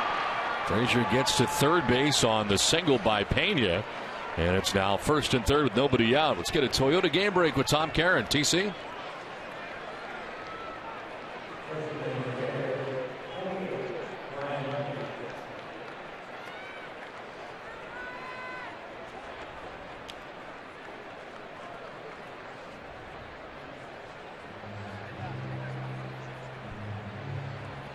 Okay, Tom, thanks very much. Well, here, all of a sudden, after this game's tied 2-2, the Reds have runners at 1st and 3rd with nobody out. As we check out the list, all-time catchers: Johnny Bench, Yogi Berra, Carlton Fisk, and Ivan Rodriguez. If you'd like to add somebody to that list, go to hashtag NESN List and let us know.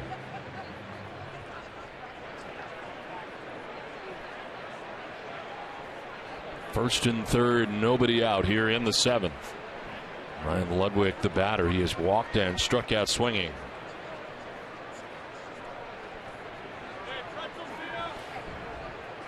Peavy had retired 5 in a row. Got a double by Frazier to begin the inning, a single by Pena. Now it's strike 1 to Ludwig. Red Sox playing that infield back as we see Capuano loosening in the Red Sox bullpen. They're hoping to get a double play here at least. Maybe get 2 outs and give up 1 run.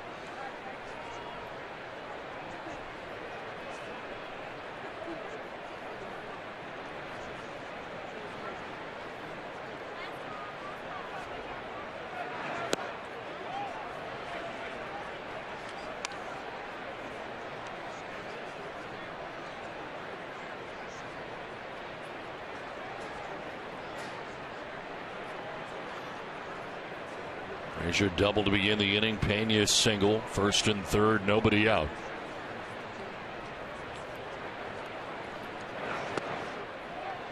A little bit low, 2-1. Jake Peavy last time out throwing 113 pitches. That was in the loss against Tampa Bay. 6 1/3, he gave up 2 runs. That was the most pitches that he's thrown in an outing this year. 2nd time that he had thrown 113. He falls behind 3-1.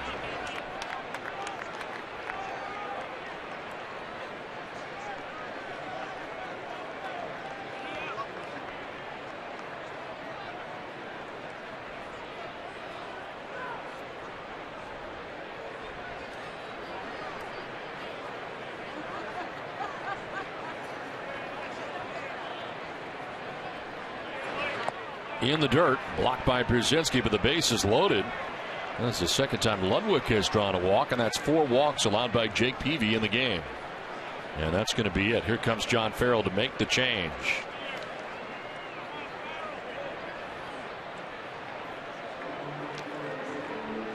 So bases loaded, nobody out for the Reds here in the 7th. The pitching change from Fenway.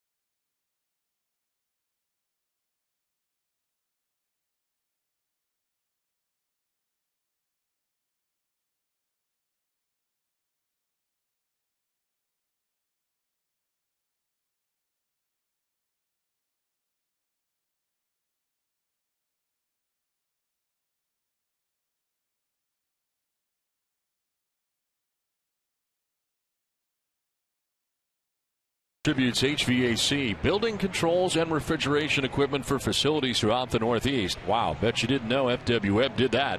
More on this proud Boston Red Sox sponsor at FWWeb.com. 7th inning, game tied 2-2, but that is very much in jeopardy right now as the Cincinnati Reds have the bases loaded. This call to the bullpen is brought to you by your local New England Ford dealers. And Chris Capuano into the game, 15th game for him of the year. 1-1 with a 1.72 earned run average. 15 and 2/3 innings, 15 strikeouts to 5 walks in. Opponent's inning at 207 against Capuano. He's charged with the loss on Sunday against Oakland with 2/3 of an inning, giving up a run.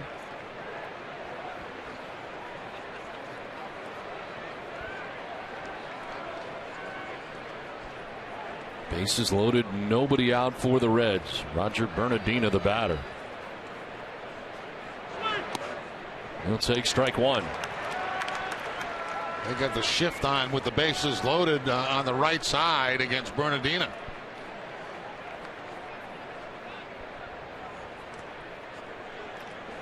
Bernardino is grounded out and walked in 2 plate appearances tonight.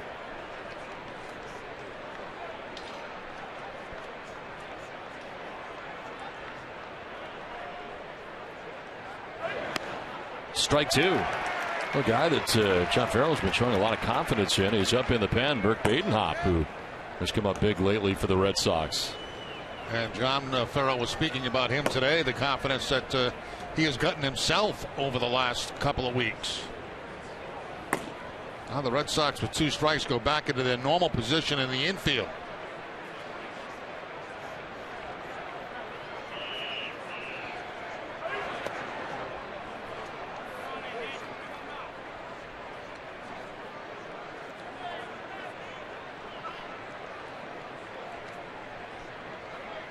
Bernardino for 1 this year in that category. As he bats with Frazier at third, Pena at second, Ludwig at first, nobody out.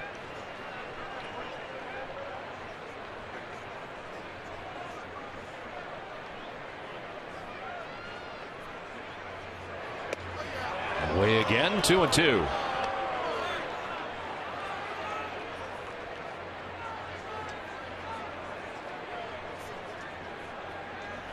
Jake Peavy ends up going 6+, and he's responsible for all the men on.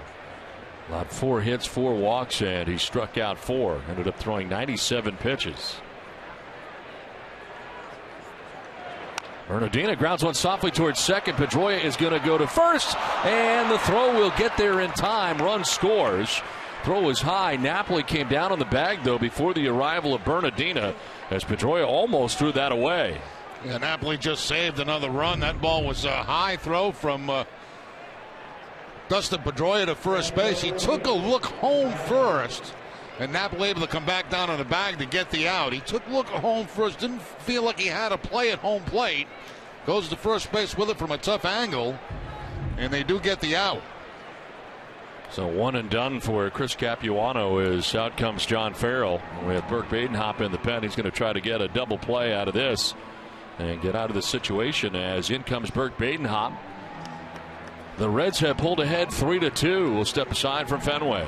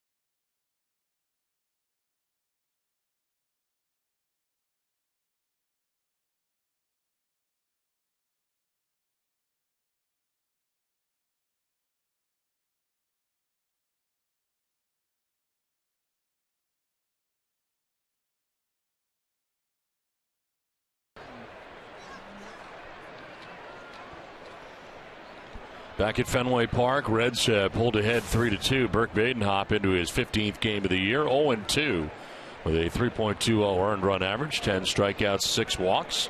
Opponents hitting at .292 against him. Inning in 2/3 last night, scoreless for Badenhop. We get strike one over to Chris Heisey here. Yeah, one thing you always have to be aware of this late in the game, close ball game, man at third, a possible squeeze, but not likely with the count 0-1. And his 2-man in scoring position, too. Infield in all the way around here. Swing and a miss, and it's 0-2. That certainly eliminates that play. Badenhop quickly getting ahead on the sinking fastball.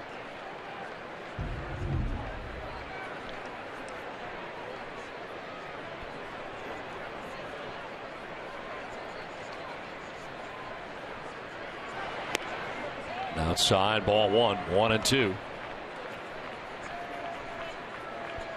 Heisey with good numbers this year in this spot as he bats with Payne here at third base, Ludwig at second base, 1 out. Run in here for the Reds.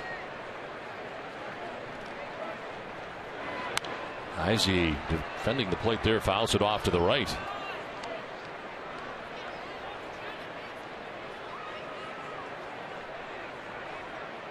If I was to guess, I would say on a ground ball to the infield, they'll play contact with that runner at third base because the number 9 man in the order is up next. We'll see.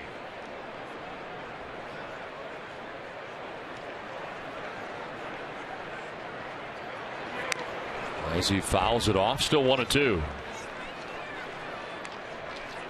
Well, be sure to tune in tomorrow to the Dennis and Callahan Show at 6 a.m. here on Nesson and on 93.7 WEI-FM. DNC is presented by Town Fair Tire. Nobody beats Town Fair Tire. Nobody. Ball and 2 strikes to Chris Heisey with 1 out here in the 7th inning.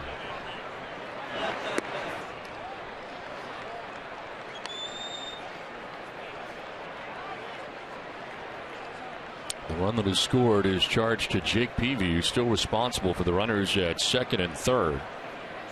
And Peavy now on the hook with the Reds on top 3-2.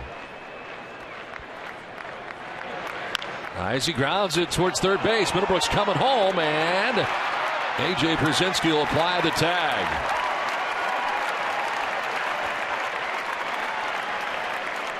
Well, they do play contact, but it doesn't work. Ground ball to third base. Middlebrooks charges. He's got plenty of time. Kind of expected that. Everybody infield expected that. When you get the number 9 man coming up next, you're probably going to play contact on a ground ball. That means as soon as the ball, you see that downward plane to the ground, you take off at third base. Red Sox able to cut down a run at home plate. 1st and 3rd now with 2 down in the inning. And Kozar the batter.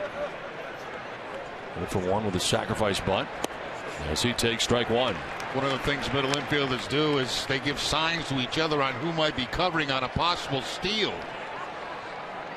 And the way they do it, Pedroia would be in charge of that with Herrera at shortstop. If he gives an open mouth, that means the shortstop's got it. Closed mouth, he's got it. That means Pedroia's got it.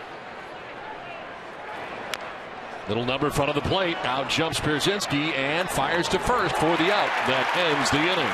But the Reds pull ahead. They get a run. Take a 3-2 lead. 7th inning stretch.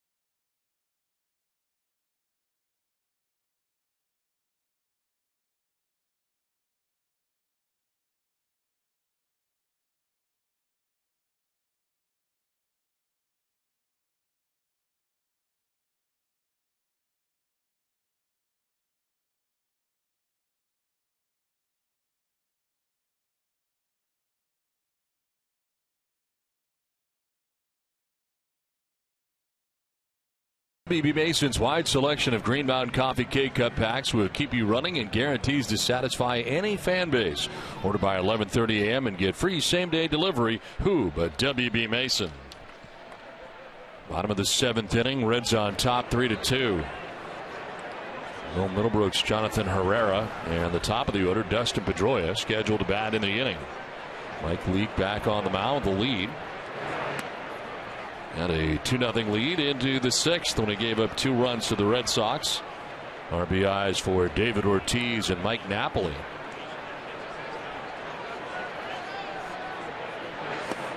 Falls behind Middlebrooks now, 3-0.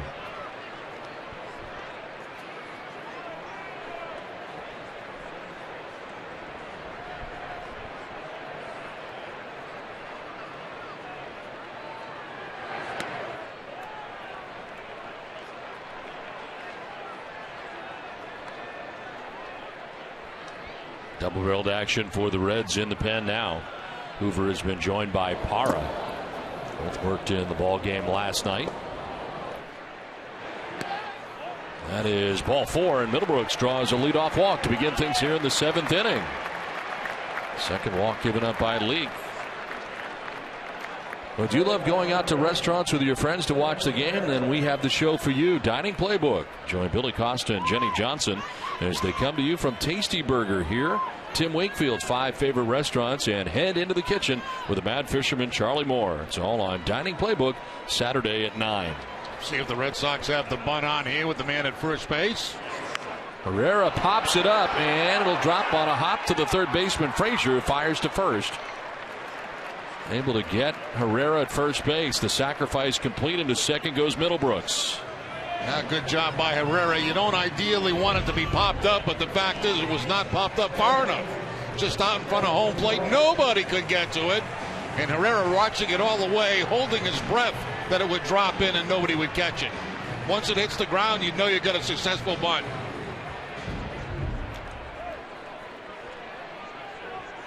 So Middlebrooks in scoring position with 1 out. Dustin Pedroia the batter. Dustin has struck out, single to center, then struck out again. Both strikeouts tonight swinging against Mike Leake.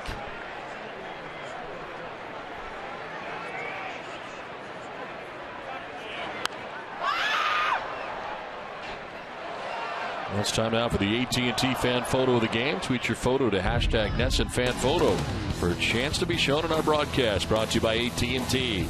Tonight's photo is from Ever Javier catching up with Dustin Pedroia.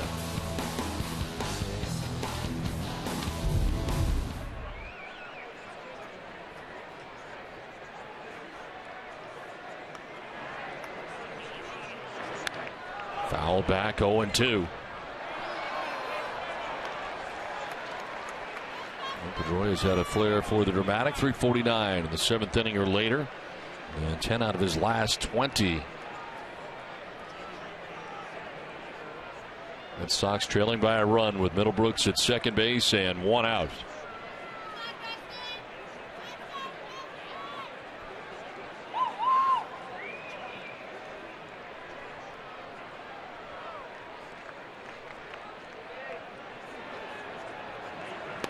And a swing and a miss. Third time tonight Dustin Pedroia has struck out. 2 down. Yeah, he's had a real tough time tonight picking up that cut fastball from Leake.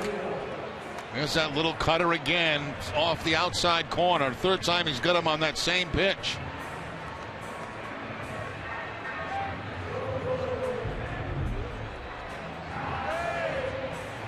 So 2 down. Middlebrooks at second base.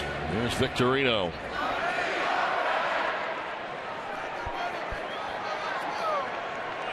And singled in the first, grounded out to short in the third, and singled in the 6th inning. Red Sox have further action in their pen. Craig Breslow warning. Going to use Capuano and Badenhop in relief. And Jake Peavy is charged with all 3 Reds runs on the night.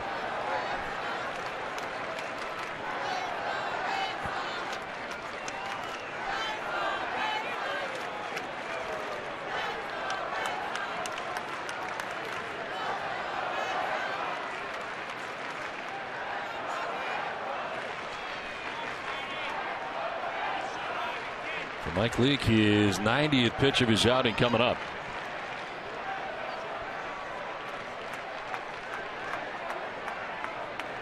And the breaking ball is in there for a strike, and Victorino doesn't like it at all. But again, it does appear to be a good pitch. Yeah, it's a couple of calls Victorino hasn't liked in this game tonight, but they have been good pitches. Victorino takes a long stroll after this last call.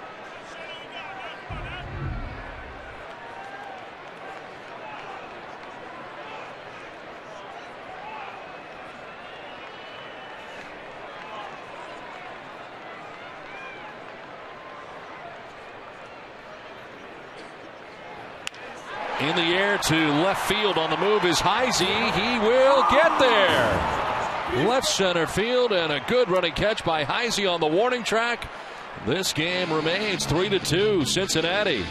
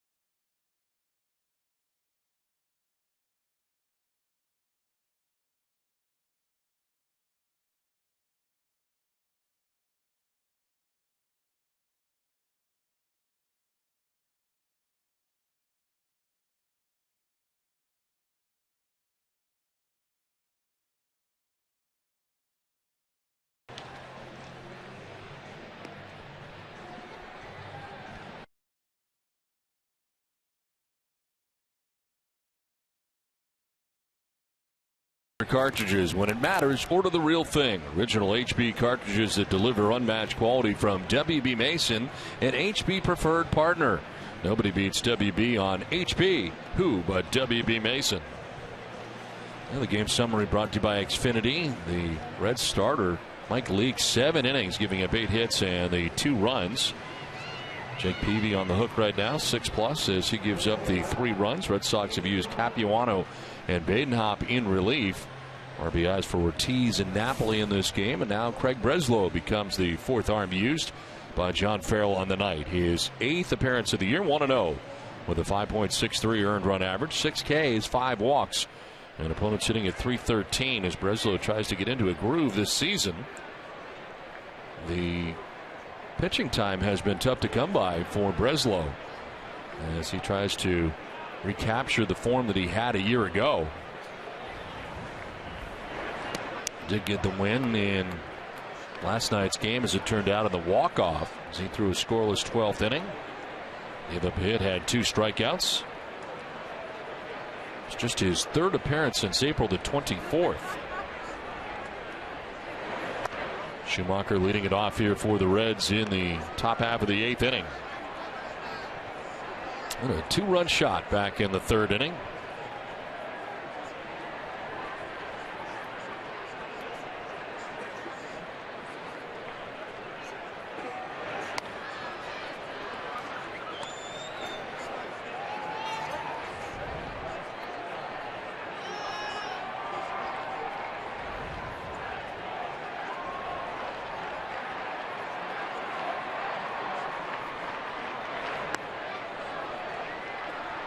Breslow falling behind, 3-1.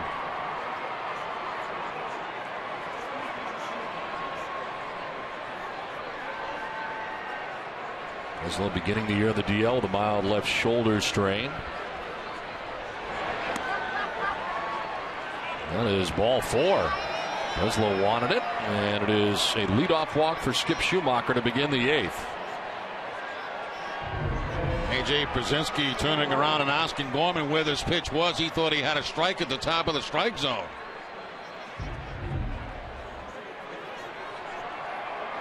Schumacher at first base to get it started here in the 8th, and Joey Votto coming up.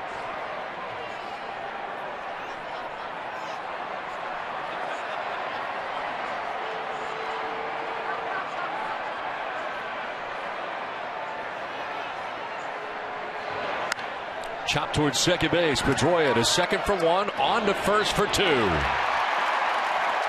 Red Sox able to turn their 3rd double play of the night. Dustin had a little trouble getting that ball out of his glove, and it made it a little bit hectic for Herrera at shortstop, because that means the runner, Shoemaker, was going to be right on top of him. But he's able to clear the runner, make the throw to first base, and get the out. There's the little bobble, and that gives that runner a little extra time to get on the shortstop. But a good job by Herrera, getting rid of the ball and not even being touched.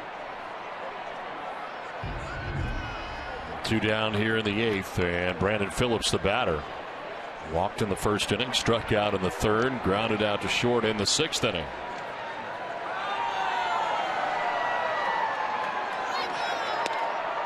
Here's strike 1. Further action for the Red Sox. Shinichi Tozawa up in the pen. He was charged last night with his 2nd blown save of the year. Allowed 2 runs and 2 hits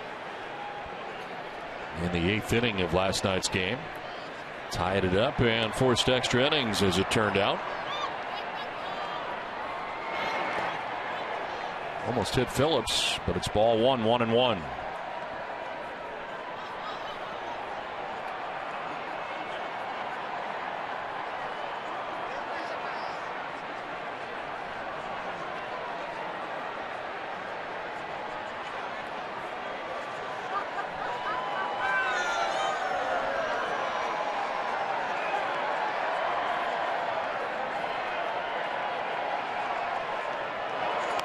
Check swing foul. Well, right now, Ace Ticket is your Boston Bruins playoff tickets to all home games against the Canadiens this series, including Game 5 this Saturday at TD Garden. Visit aceticket.com or call 1-800-MY-SEATS right now to get your tickets to watch the Bruins take on the Canadiens. Ball and 2 strikes to Brandon Phillips. 2 outs here in the 8th.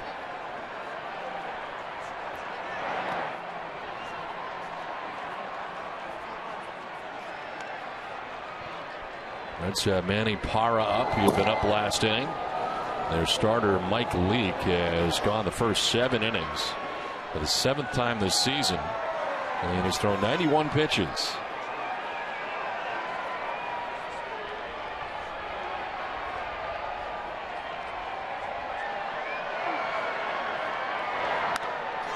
In the air, down the right field line. Shane Victorino in and over and under to make the catch. It ends the inning.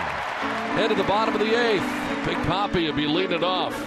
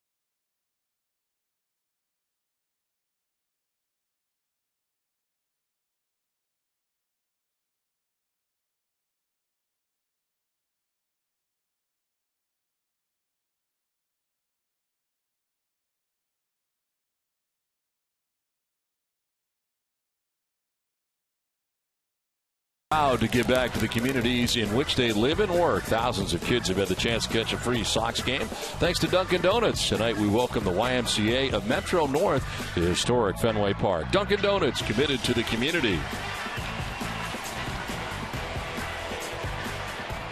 3-2, Reds on top of the Red Sox as we head to the bottom of the 8th inning. Cincinnati goes to the bullpen for Manny Parra. 15th appearance of the year without a record at 3.65 earned run average, 13 Ks to 5 walks. And opponents hitting at .229 against Parra. Takes over for the starter Mike Leake, pitcher of record right now, after he went the first 7 innings. Big Papi leading it off. And David takes strike 1. Ortiz with 2 hits tonight, both singles to right field. He's driven in a run and has struck out looking.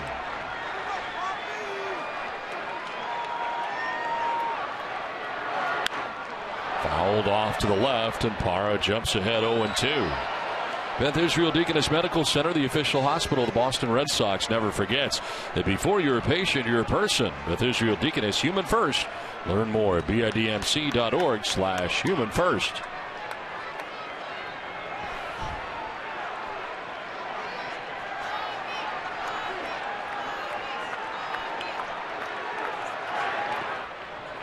In the dirt outside, 1-2. J.J. Hoover back up again in the pen. He'd been up alongside Parra, but Parra is now in the game.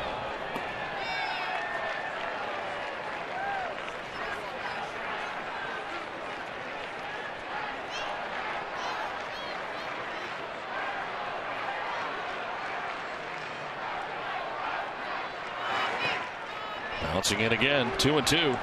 So far, Ortiz has seen 1 fastball, and that was a pretty nasty one on the outside part of the plate. Everything else has been sliders.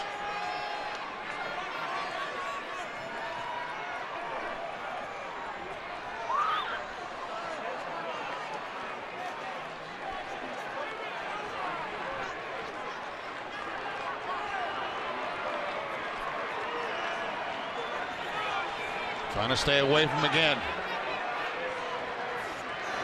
And Ortiz chases a 93-mile-an-hour fastball and strikes out for the first out of the bottom of the 8th. Nothing inside at all. Nothing from the middle of the plate in, and that at bat to David Ortiz. Everything away, including that last fastball up and away.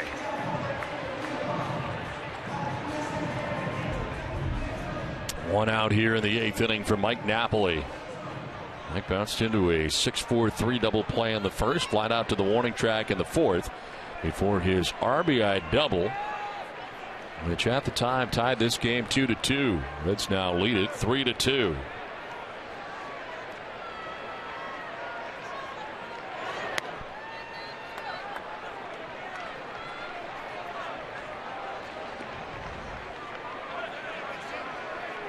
Parra did not allow a run in any of his last 4 appearances. That includes his effort last night, going a scoreless inning with 2 strikeouts in relief for the Reds.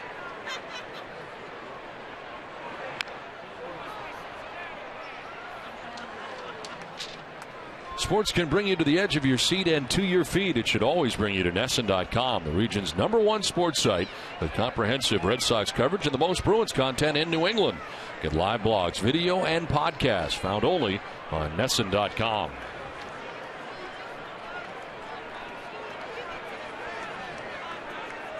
One out here in the 8th inning. Mike Napoli with a count of 1-1.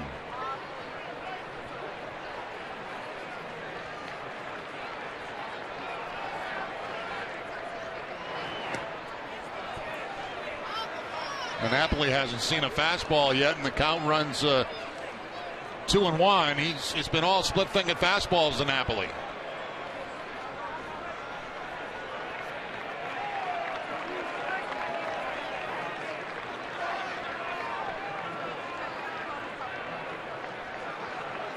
They get one here, but away.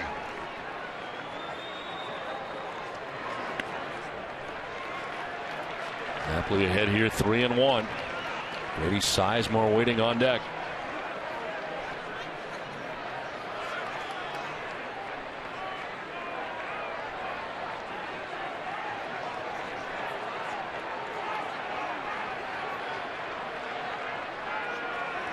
We'll try it again here, 3-1. And it's ball 4. So Napoli works a walk here with 1 out in the 8th. Well, tune in tonight's 10 p.m. NESN Sports Today, presented by People's United Bank. Ellen Sarah. Billy Jaffe previews Game 4 of the Bruins-Canadiens series, and Jack and Jamie report from Montreal. Patriots draft preview also continuing tonight. See what know-how can do. Brian Price going to make a pitching change here with 1 out in the 8th inning. So J.J. Hoover up in the pen as Manny Parra faces 2 batters. He strikes out David Ortiz, and he walks Mike Napoli before departing from this game. So J.J. Hoover coming in here now for the Reds as we send it down to Gary Streisky. Guys, despite that strikeout just now by David Ortiz, having a pretty good night there with 2 base knocks in this game. And today is his 2001st career game in the big leagues. I was talking to him about it earlier before the game started, and he said he actually just found that out. So 2,000 games creeped up on Big Papi. Of course, yesterday was the 2,000th game he's played in the big leagues since cracking the big leagues in 1997. So 17 seasons later, and I asked him, what is it? How can you stay so consistent and so successful this late in your career? And he says, every single morning I wake up thanking God that I'm playing the greatest game on earth. And it's all about just simply working hard, coming to the ballpark. And that's why, guys, the longevity's there. I asked him how much longer he has, and Papi laughed me off and said, we'll see, baby. Well, Big Papi, we know this will be around for the next couple of years here with the Red Sox. That we do know.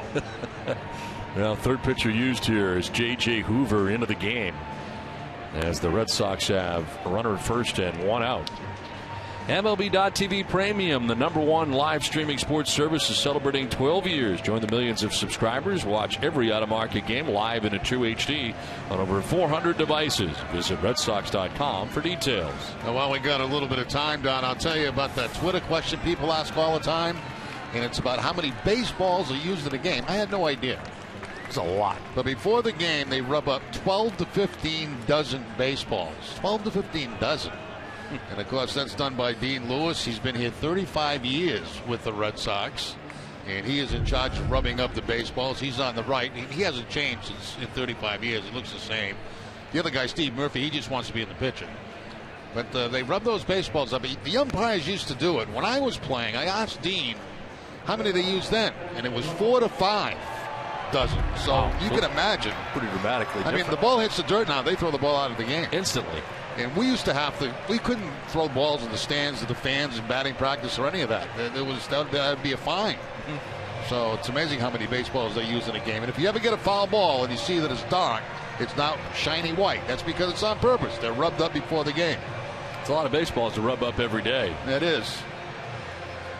Well, J.J. Hoover into the game here, 1 out, 1 on. Grady Sizemore pinch hit for here by Johnny Gomes with 1 out here in the 8th. Sizemore's gotten the start the last 2 days, and tonight Sizemore had been 0 for 3, grounding out 3 times to second base.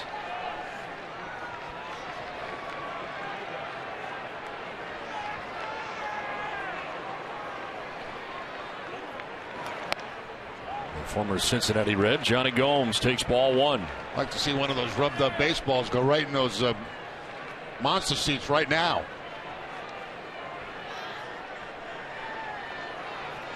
Gomes, a member of the Reds in 2009, 2010, and 2011. Up and away, ball 2. They got Tozawa up and Uehara.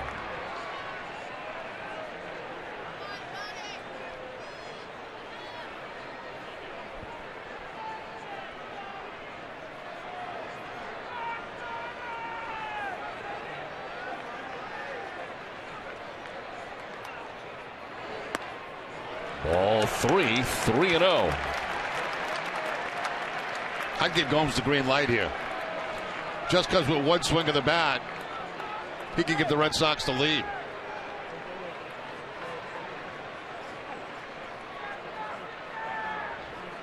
Hoover worked in last night's game on an inning and a third of relief against the Red Sox.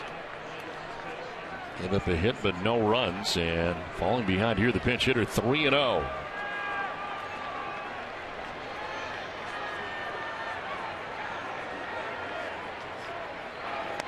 Ball 4, and down to first base goes Gomes. So back-to-back walks allowed by Reds pitching, and it's first and second with 1 out, and tying run now in scoring position.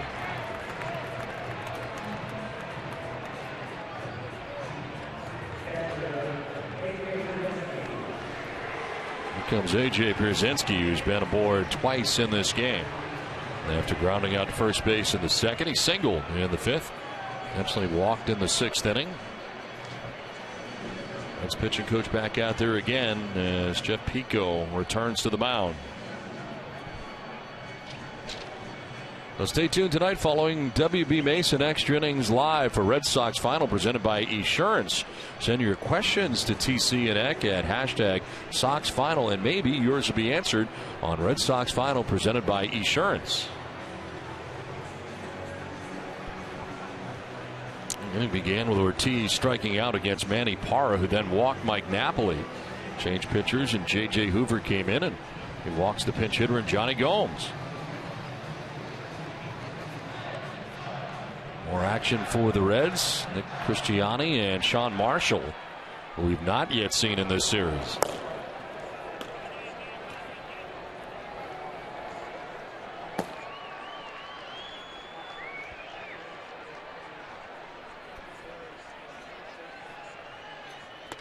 Pierzynski takes strike 1.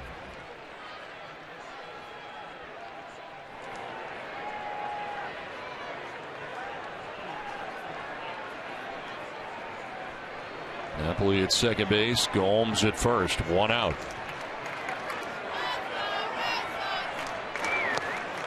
Nice pick on the backhand by Pena. Yeah, looked like a first baseman on that play, did Pena. Didn't have time to slide over to block it. Had to reach over and backhand it.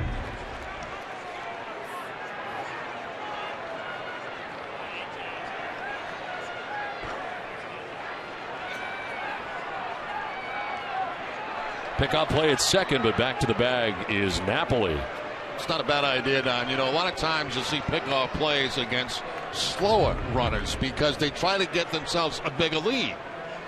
A lot of times that doesn't work against a fast runner because they don't get as big a lead.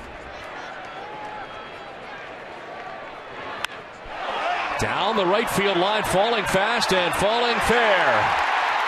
That will jump up into the seats for a ground rule double. They'll give Napoli the play when this game is tied. A.J. Brzezinski has tied him with a double here in the eighth.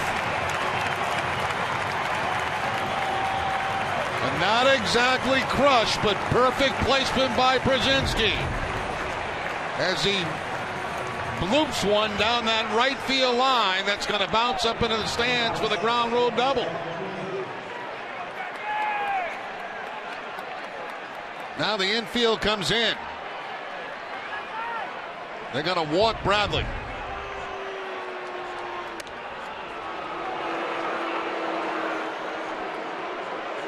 They will take their chances in the righty-righty matchup with Will Middlebrooks waiting on deck.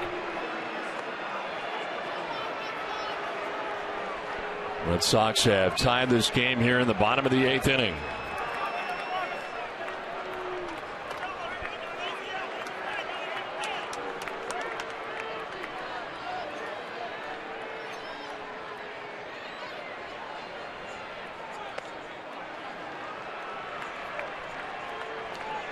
So the base is loaded with one out, and then Middlebrooks coming up.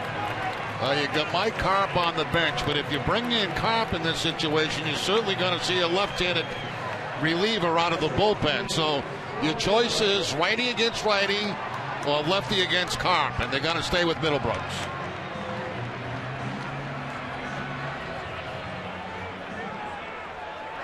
Bases filled with Red Sox, one out in the inning. Will 0 for 2. He was grounded out twice and walked on the night. Swing and a miss. Fastball by him at 93. Challenge time. First pitch fastball. A little bit up.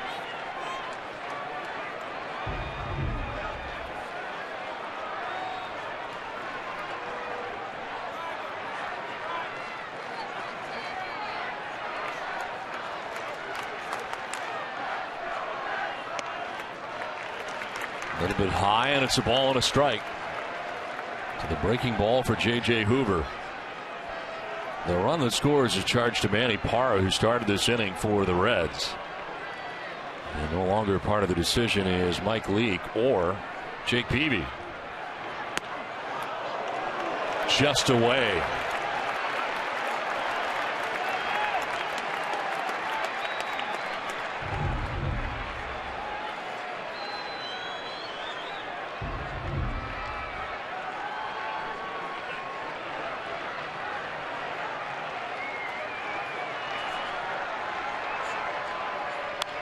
Middlebrooks fouls it off to the right, and it's 2-2.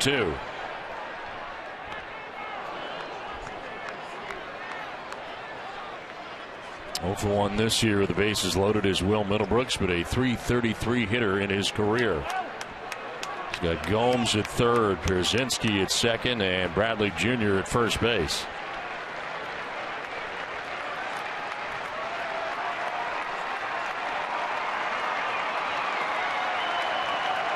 Now Pena going out.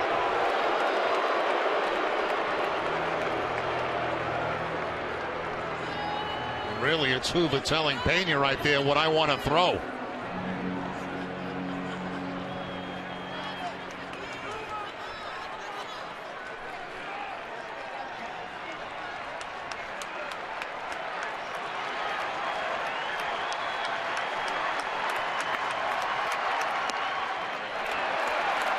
Full count now.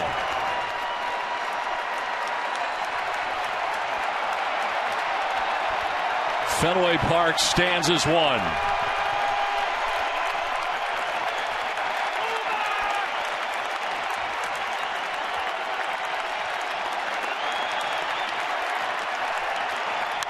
Middlebrooks fouls it off down the right field line. Will do it again. 3-2. That's a tough pitch to foul off. That's a borderline strike right there. If you take it, there's a chance you might be called out. If you swing at it, all you hope to do is get it in the air somewhere.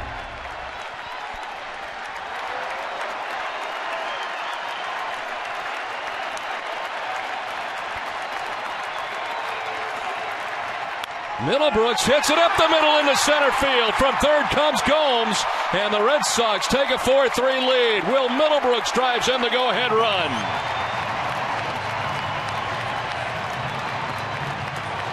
And the happiest man in the ballpark right now is Will Middlebrooks. He has been having a very tough time at the plate. He runs the count to 3-2, gets the base hit ground ball up the middle. Top spin ground ball. Red Sox take the lead.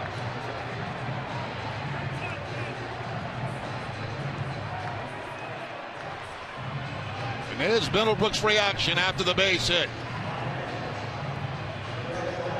Now, Mike Carp introduced as the pinch hitter for Jonathan Herrera, so Price out there to make the change. Hoover comes out of the game as the Red Sox have taken a 4-3 lead.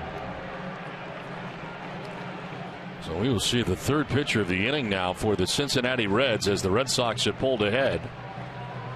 We send it back down to Gary.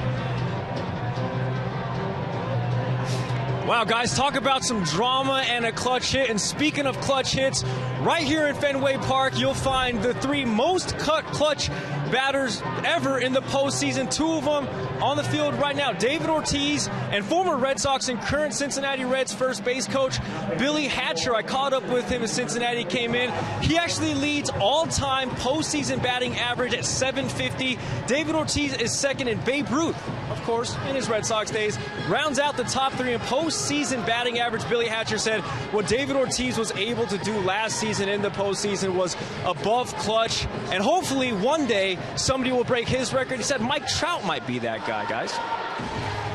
Billy Hatcher here with the Reds, and at first base as the Reds in here for just 2 games. Of course, the Red Sox will be heading to Cincinnati to take on these Reds later on in the year. But these games have been good games.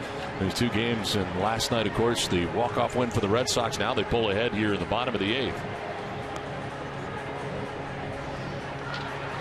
But don't miss Red Sox first pitch presented by Men's Warehouse, which is Sox Rangers preview, MLB Notebook. That's Friday at 7 on Nesson. Red Sox will be in Texas to take on the Rangers. Sean Marshall, the new pitcher here for the Reds, becomes the 4th pitcher used tonight by Cincinnati, as J.J. Hoover did not record an out, faced 4 batters, ended up walking 2, 1 intentionally. Marshall into his 5th game of the year, a earned run average of 6.00, 2 walks, 2 Ks, and opponents hitting at .412 against Marshall. Yeah, the walks really hurt the Reds in this inning. The back-to-back walks to Napoli and Gomes.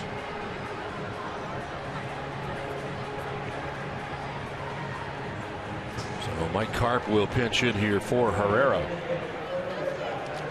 Sean Marshall began the year on the DL with a sore left shoulder. Reinstated on April 19th after a couple of rehab appearances with Louisville. That's tonight for Herrera. Got the start at shortstop. Was 1 for 2 with a sacrifice bunt in the game.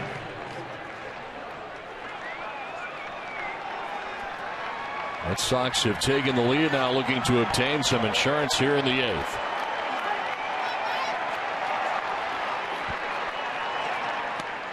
Strike 1. 1 for 3 this season with the bases loaded is Mike Carp.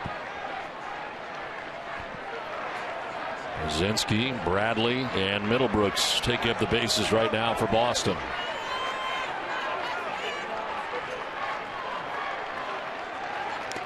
Foul tip, 0-2.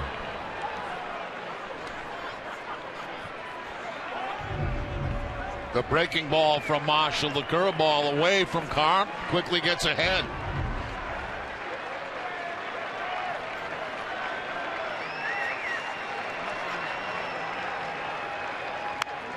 Down the third base line and foul.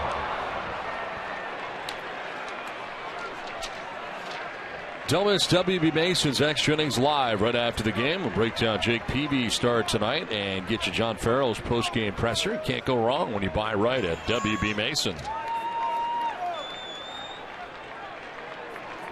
0-2 the count to Mike Carp, pinch hitting here in the 8th inning.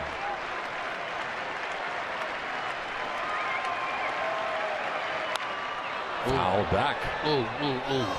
Mike Carp would like to have that one back. That was a mistake right there.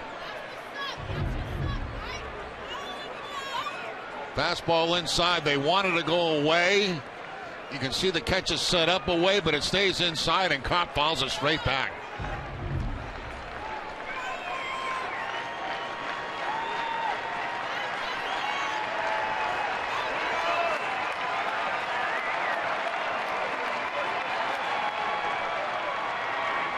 Carp with a swing and a miss, and he strikes out for the second out here of the 8th. So Sean Marshall able to strike him out. First batter he faces. Yeah, back to the curveball this time, and a nice block behind the plate by Pena probably saved the run.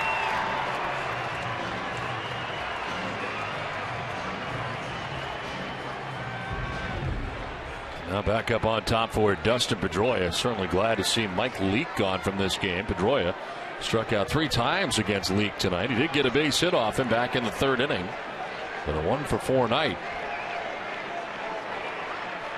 Look at the charts and everything else going there in the Reds dugout right now. It looks like X-rays, CAT scans.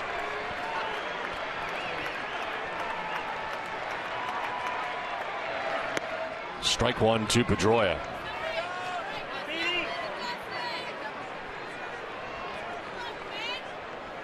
Let's hear the bases loaded. 1 for 3.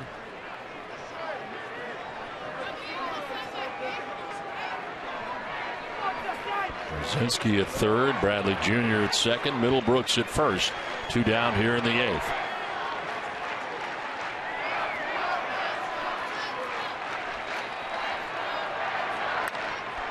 Fouled off to the right, out of play.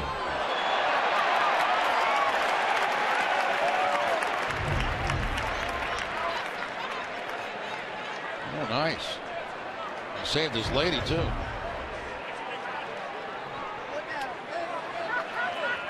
Today must be a good-looking night at Fenway Park. Seems like there's a lot of good-looking people here tonight. I don't know what it is.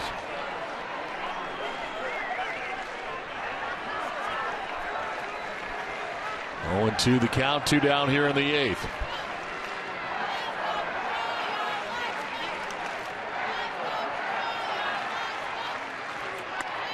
And Pedroia takes it high for ball 1. Second batter that Marshall is facing is coming in. He strikes out the pinch hitter Carp.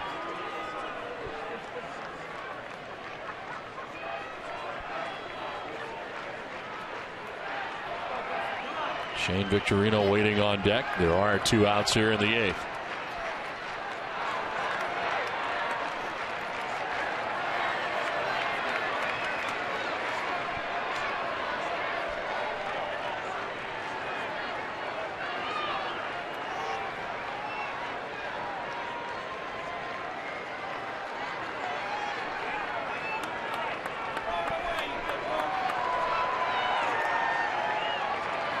Swing and a miss, and Pedroia strikes out for the 4th time in this game.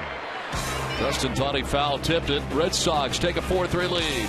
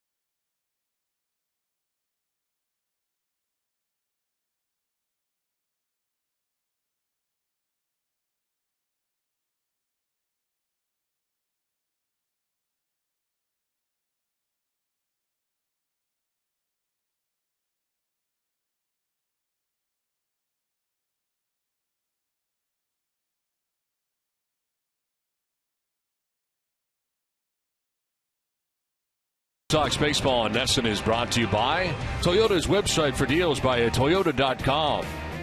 Sullivan Tire and Auto Services. The new CIN TC. And by Southwest Airlines. Now the Red Sox, with 2 runs in the bottom of the 8th inning, take a 4-3 lead into the top half of the 9th inning. Defensive changes for the Red Sox. Johnny Gomes taking over in left field for Boston after he hit for Grady Sizemore. And after Herrera was hit for, Xander Bogaerts now comes into the game at shortstop. Koji Uehara into his 15th game of the year, 0-1. With a 1.32 earned run average. He is 7 out of 7 in save opportunities, and this is one. He has 19 strikeouts, 3 walks, and opponent sitting at 250 against the Red Sox closer. Todd Frazier to lead it off here for the Reds. A power threat, 5 home runs on the year. And he lines one foul into the seats. Bob's Discount Furniture going to bat for the Jimmy Fund once again. Bob will donate $1,000 to the Jimmy Fund for every game saved this season. Everybody saves at Bob's. Bob's Discount Furniture, quality, choice, and value. Learn more at mybobs.com.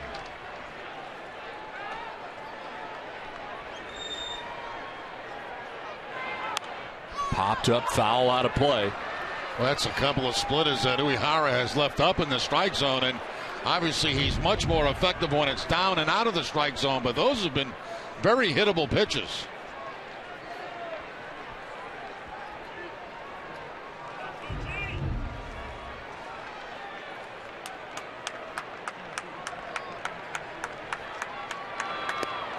Strike 3 call. Uehara to the fastball that time at 88 miles an hour to get Frazier for the first out of the 9th. Yeah, they wanted to elevate the fastball. Instead, he drops one knee high on the corner. See where Pazinski's glove was. They wanted it up. Instead, it's down, and they pick up the strikeout. 1 down for Brian Pena here in the 9th inning. Uehara worked in last night's game, allowed 2 hits, both infield singles, in a scoreless 9th inning against the Reds last night.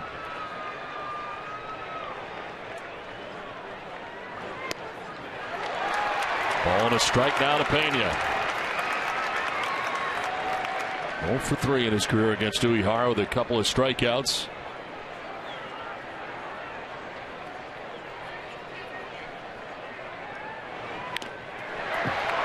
Ball and 2 strikes. That's more like it right there for Uehara with the splitter. That's more hit where he wants it, down around knee high, below knees.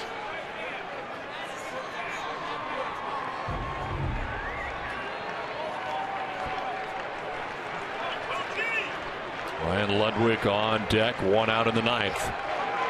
He struck him out, 2 down in the 9th. That is very rare where you see back-to-back strikeouts from Uehara on a fastball. 89 with the fastball this time, away from Pena.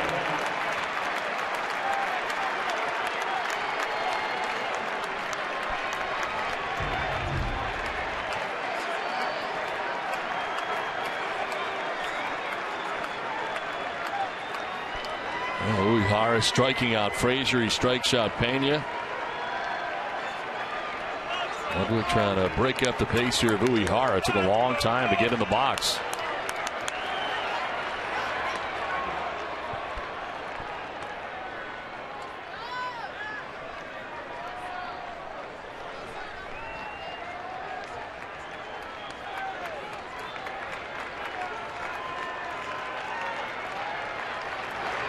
Swing and a miss. Another pitch that was up. That was 89 miles an hour. Hardest fastball we've seen from Uehara. Yeah, and both of them been up around above the letters.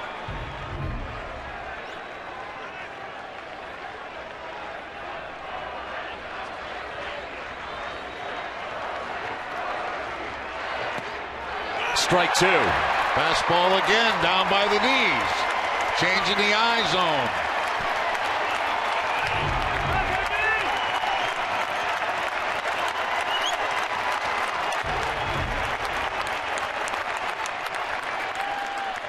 Two down in the ninth, and it's a 1-2 pitch to Ryan Ludwig. In the air, foul.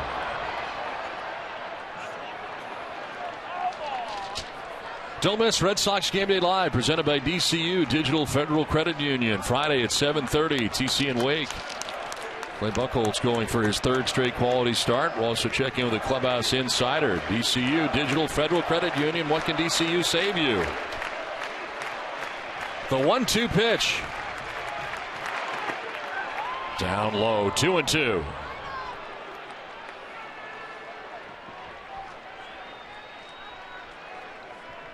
On deck is Roger Bernardina. Hard rather not face him. Take care of business right here against Ryan Ludwig. Splitter. Strike three call. Red Sox win. Koji Uehara strikes out the side in the ninth. And Boston able to sweep this two-game series against the Cincinnati Reds and end on a very good note.